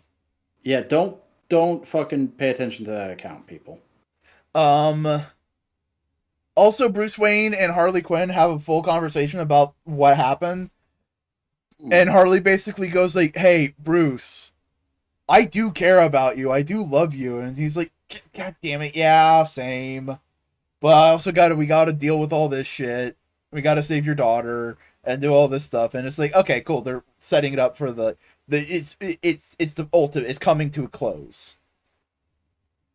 All right. It's good. Oh, I just actually took a look at that cover. That is really good cover design. Oh, all of the Beyond the White Knight covers have been really good. Nice. But no, the complaint I was having was like he said Barbara Gordon's like one of the good cops, and people were like, "Really? Jason Todd would say good cops?" And I'm like, "Yeah, he's talking about Barbara fucking Gordon. It's Barbara Gordon." Someone, like, in most continuities, he has, like, an older sister level crush on. We both read Iron Cat issue 5, the final issue. This is fine. It's a fun little one-shot adventure that you can just go like, here you go. It's Black Cat and Iron Man. Yeah. I this whole book I've been like, it's good. I like it. But it's not gonna this isn't gonna no issue of this is gonna be like on my best of the year list, basically. No. But hey, if you want just a fun Tony Stark adventure and a fun Felicia Hardy adventure, here you go. Mm-hmm. What do you think of the status quo they set up for Tamara? That she's just hanging around in the Black Cat in the Iron Cat suit. I think it's fine.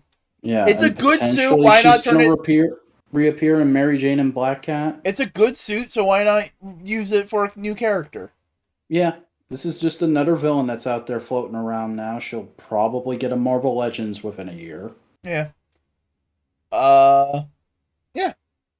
Also, it tied up a loose end from Tony Stark that they probably didn't want to deal with anymore. So it's just like, all right, let's just tell a story to wrap up that and make a new character so we can sell toys of it and not just have to deal with it so we can reuse it. Oh, dude. I just realized this is a very editorial book. Bro, that's totally going to be a thing. I'm calling it. Within the next 3 years, Amazon exclusive Iron Cat and Felicia Hardy Iron Man Armor 2-pack. I could see that. I mean, it's the same mold twice, just 2 different paint jobs. Mm-hmm. But yeah, no, it's solid. Well, I imagine they'd make a new body for Iron Cat, but reuse like the recent Ironheart body for Iron Cat. Just give it a new head. Yeah. And then you read Mighty Morphin Power Rangers issue 101. Yes, the first issue of Melissa Flores' run is finally here, and it's fine. Like, I'm not particularly impressed by this, but I also know it's doing things that like people don't like very much. Like there's another addition to the canon. Like this opens to a flashback of when Rita was originally put in the dumpster, and we see that when she was put in there, she also cast a spell on Zordon. That is the thing that trapped him in a time warp. Okay. So like Rita's directly responsible for that. I mean, it's not that's not the end of the world. Yeah.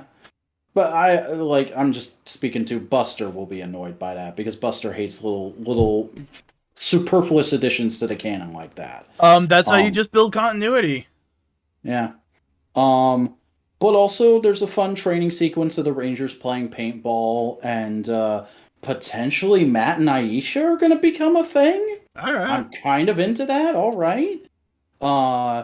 And like Skull's having a fucking "my girlfriend dumped me" crisis, which is kind of funny to watch.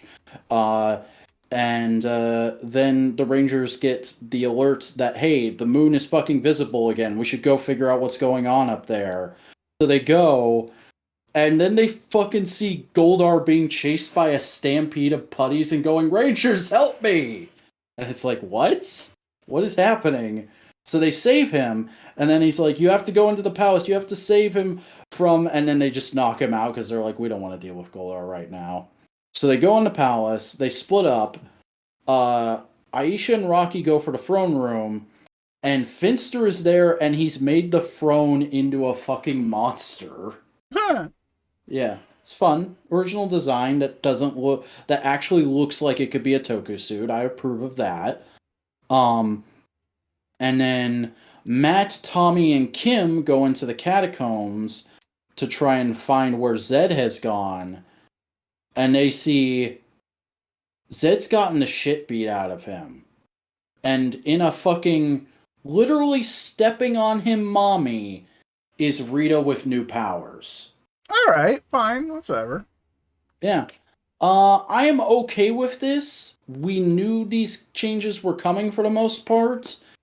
But it does feel very predictable to me. Like this all just feels like, yeah, this is what the comics do when they're setting up a new arc. Okay, fucking business as usual. Like it doesn't make a huge splash like you want the first issue of a new run to. It's just like, okay, more of the same. I know. It's the bane of continuity haters everywhere. They could set up that the new powers can lead to being the Mystic Mother from Mystic Force. Yeah, and I think they sort of kind of are, because in the flashback, Zordon says, I know there's good in you. I know you're eventually going to come around. This might be a great learning experience. And Rita's just like, fuck you. Bitch. Yeah. I would love to have a moment in, like, whenever they do anything Mystic Force where she's just there going, like, fucking Zordon was right. Son of a bitch. I hope eventually we get some books that actually focus on Disney era teams. That would be so nice. Legitimately, all you need to do is an anthology series, and each issue is just a different team. Yeah.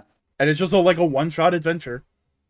You know what? There should be a book called Power Rangers Legends of the Morphing Grid, and it's just Legends of the Dark Knight, but for Power Rangers, where you do 3 to 5 issue arcs, and every arc you get a new creative team, and you focus on a different Power Rangers team. Yeah. But overall, it's an okay book. Yeah. It's exactly what you expected. Like, it wasn't bad, but I saw plenty of stuff that I was like, oh, that'll annoy this person I know. That'll annoy another person I know. And it just wasn't super impressive is the big problem with it. Like, I gave it a 2 out of 5 because Goodreads describes that as it was okay. And I would literally just say, this was okay. But that's all the books we got to talk about this week. We got through them all. We did the news, we did the books, we did the show. You know what we need to do now? Go to fucking sleep? No, you need to plug your shit. Oh, hey everybody, I'm the Vacuuminator. I make video essays about tokusatsu. I'm gearing up for a comeback. Go look at my backlog. It's at youtube.com/thevacuuminator. Like, comment, subscribe. Follow me on Twitter at the Vacuuminator and check out my Instagram at _Vacuuminator for daily action figure photography. 2 breaths. You did that in 2 breaths. Hello, howdy. I'm Boingo Writer. I do a variety of content on the internet. Would you like to see a variety of Twitch streams? Twitch.tv/Boingo Writer. You can find me there. You can also find me on a variety of social media platforms, including Twitter, TikTok, and Instagram at Boingo_Writer. And I do a variety of video content on the YouTube. Search for Boingo Writer. I have an ongoing series called Gateway to Gates, where I talk about Kamen Rider Geats every week as it's coming out. I also have a variety of video essays and editorials, which I can't attest to their quality because I made them, so someone else would have to. I like them. They're good. That's sure is a steal of quality. This has been No Price Podcast, part of Modular Media. We also have other podcasts, including Components, where we just bullshit around for an hour or so and hang out. We also have Twit. Will you tell the people about Twit? This Week in Tokusatsu is where myself and Buster Corp discuss all the latest news and releases from the wild world of Japanese special effects. Fucking Black Sun came out this week. I haven't had time to watch it yet. The fucking Buster will have to solo that shit, and I'll have to walk out of the room because I'm trying to avoid spoilers like you wouldn't fucking believe. Nice. That's just a like, comment, subscribe, do the things. We appreciate. Do you have anything else you want to say back?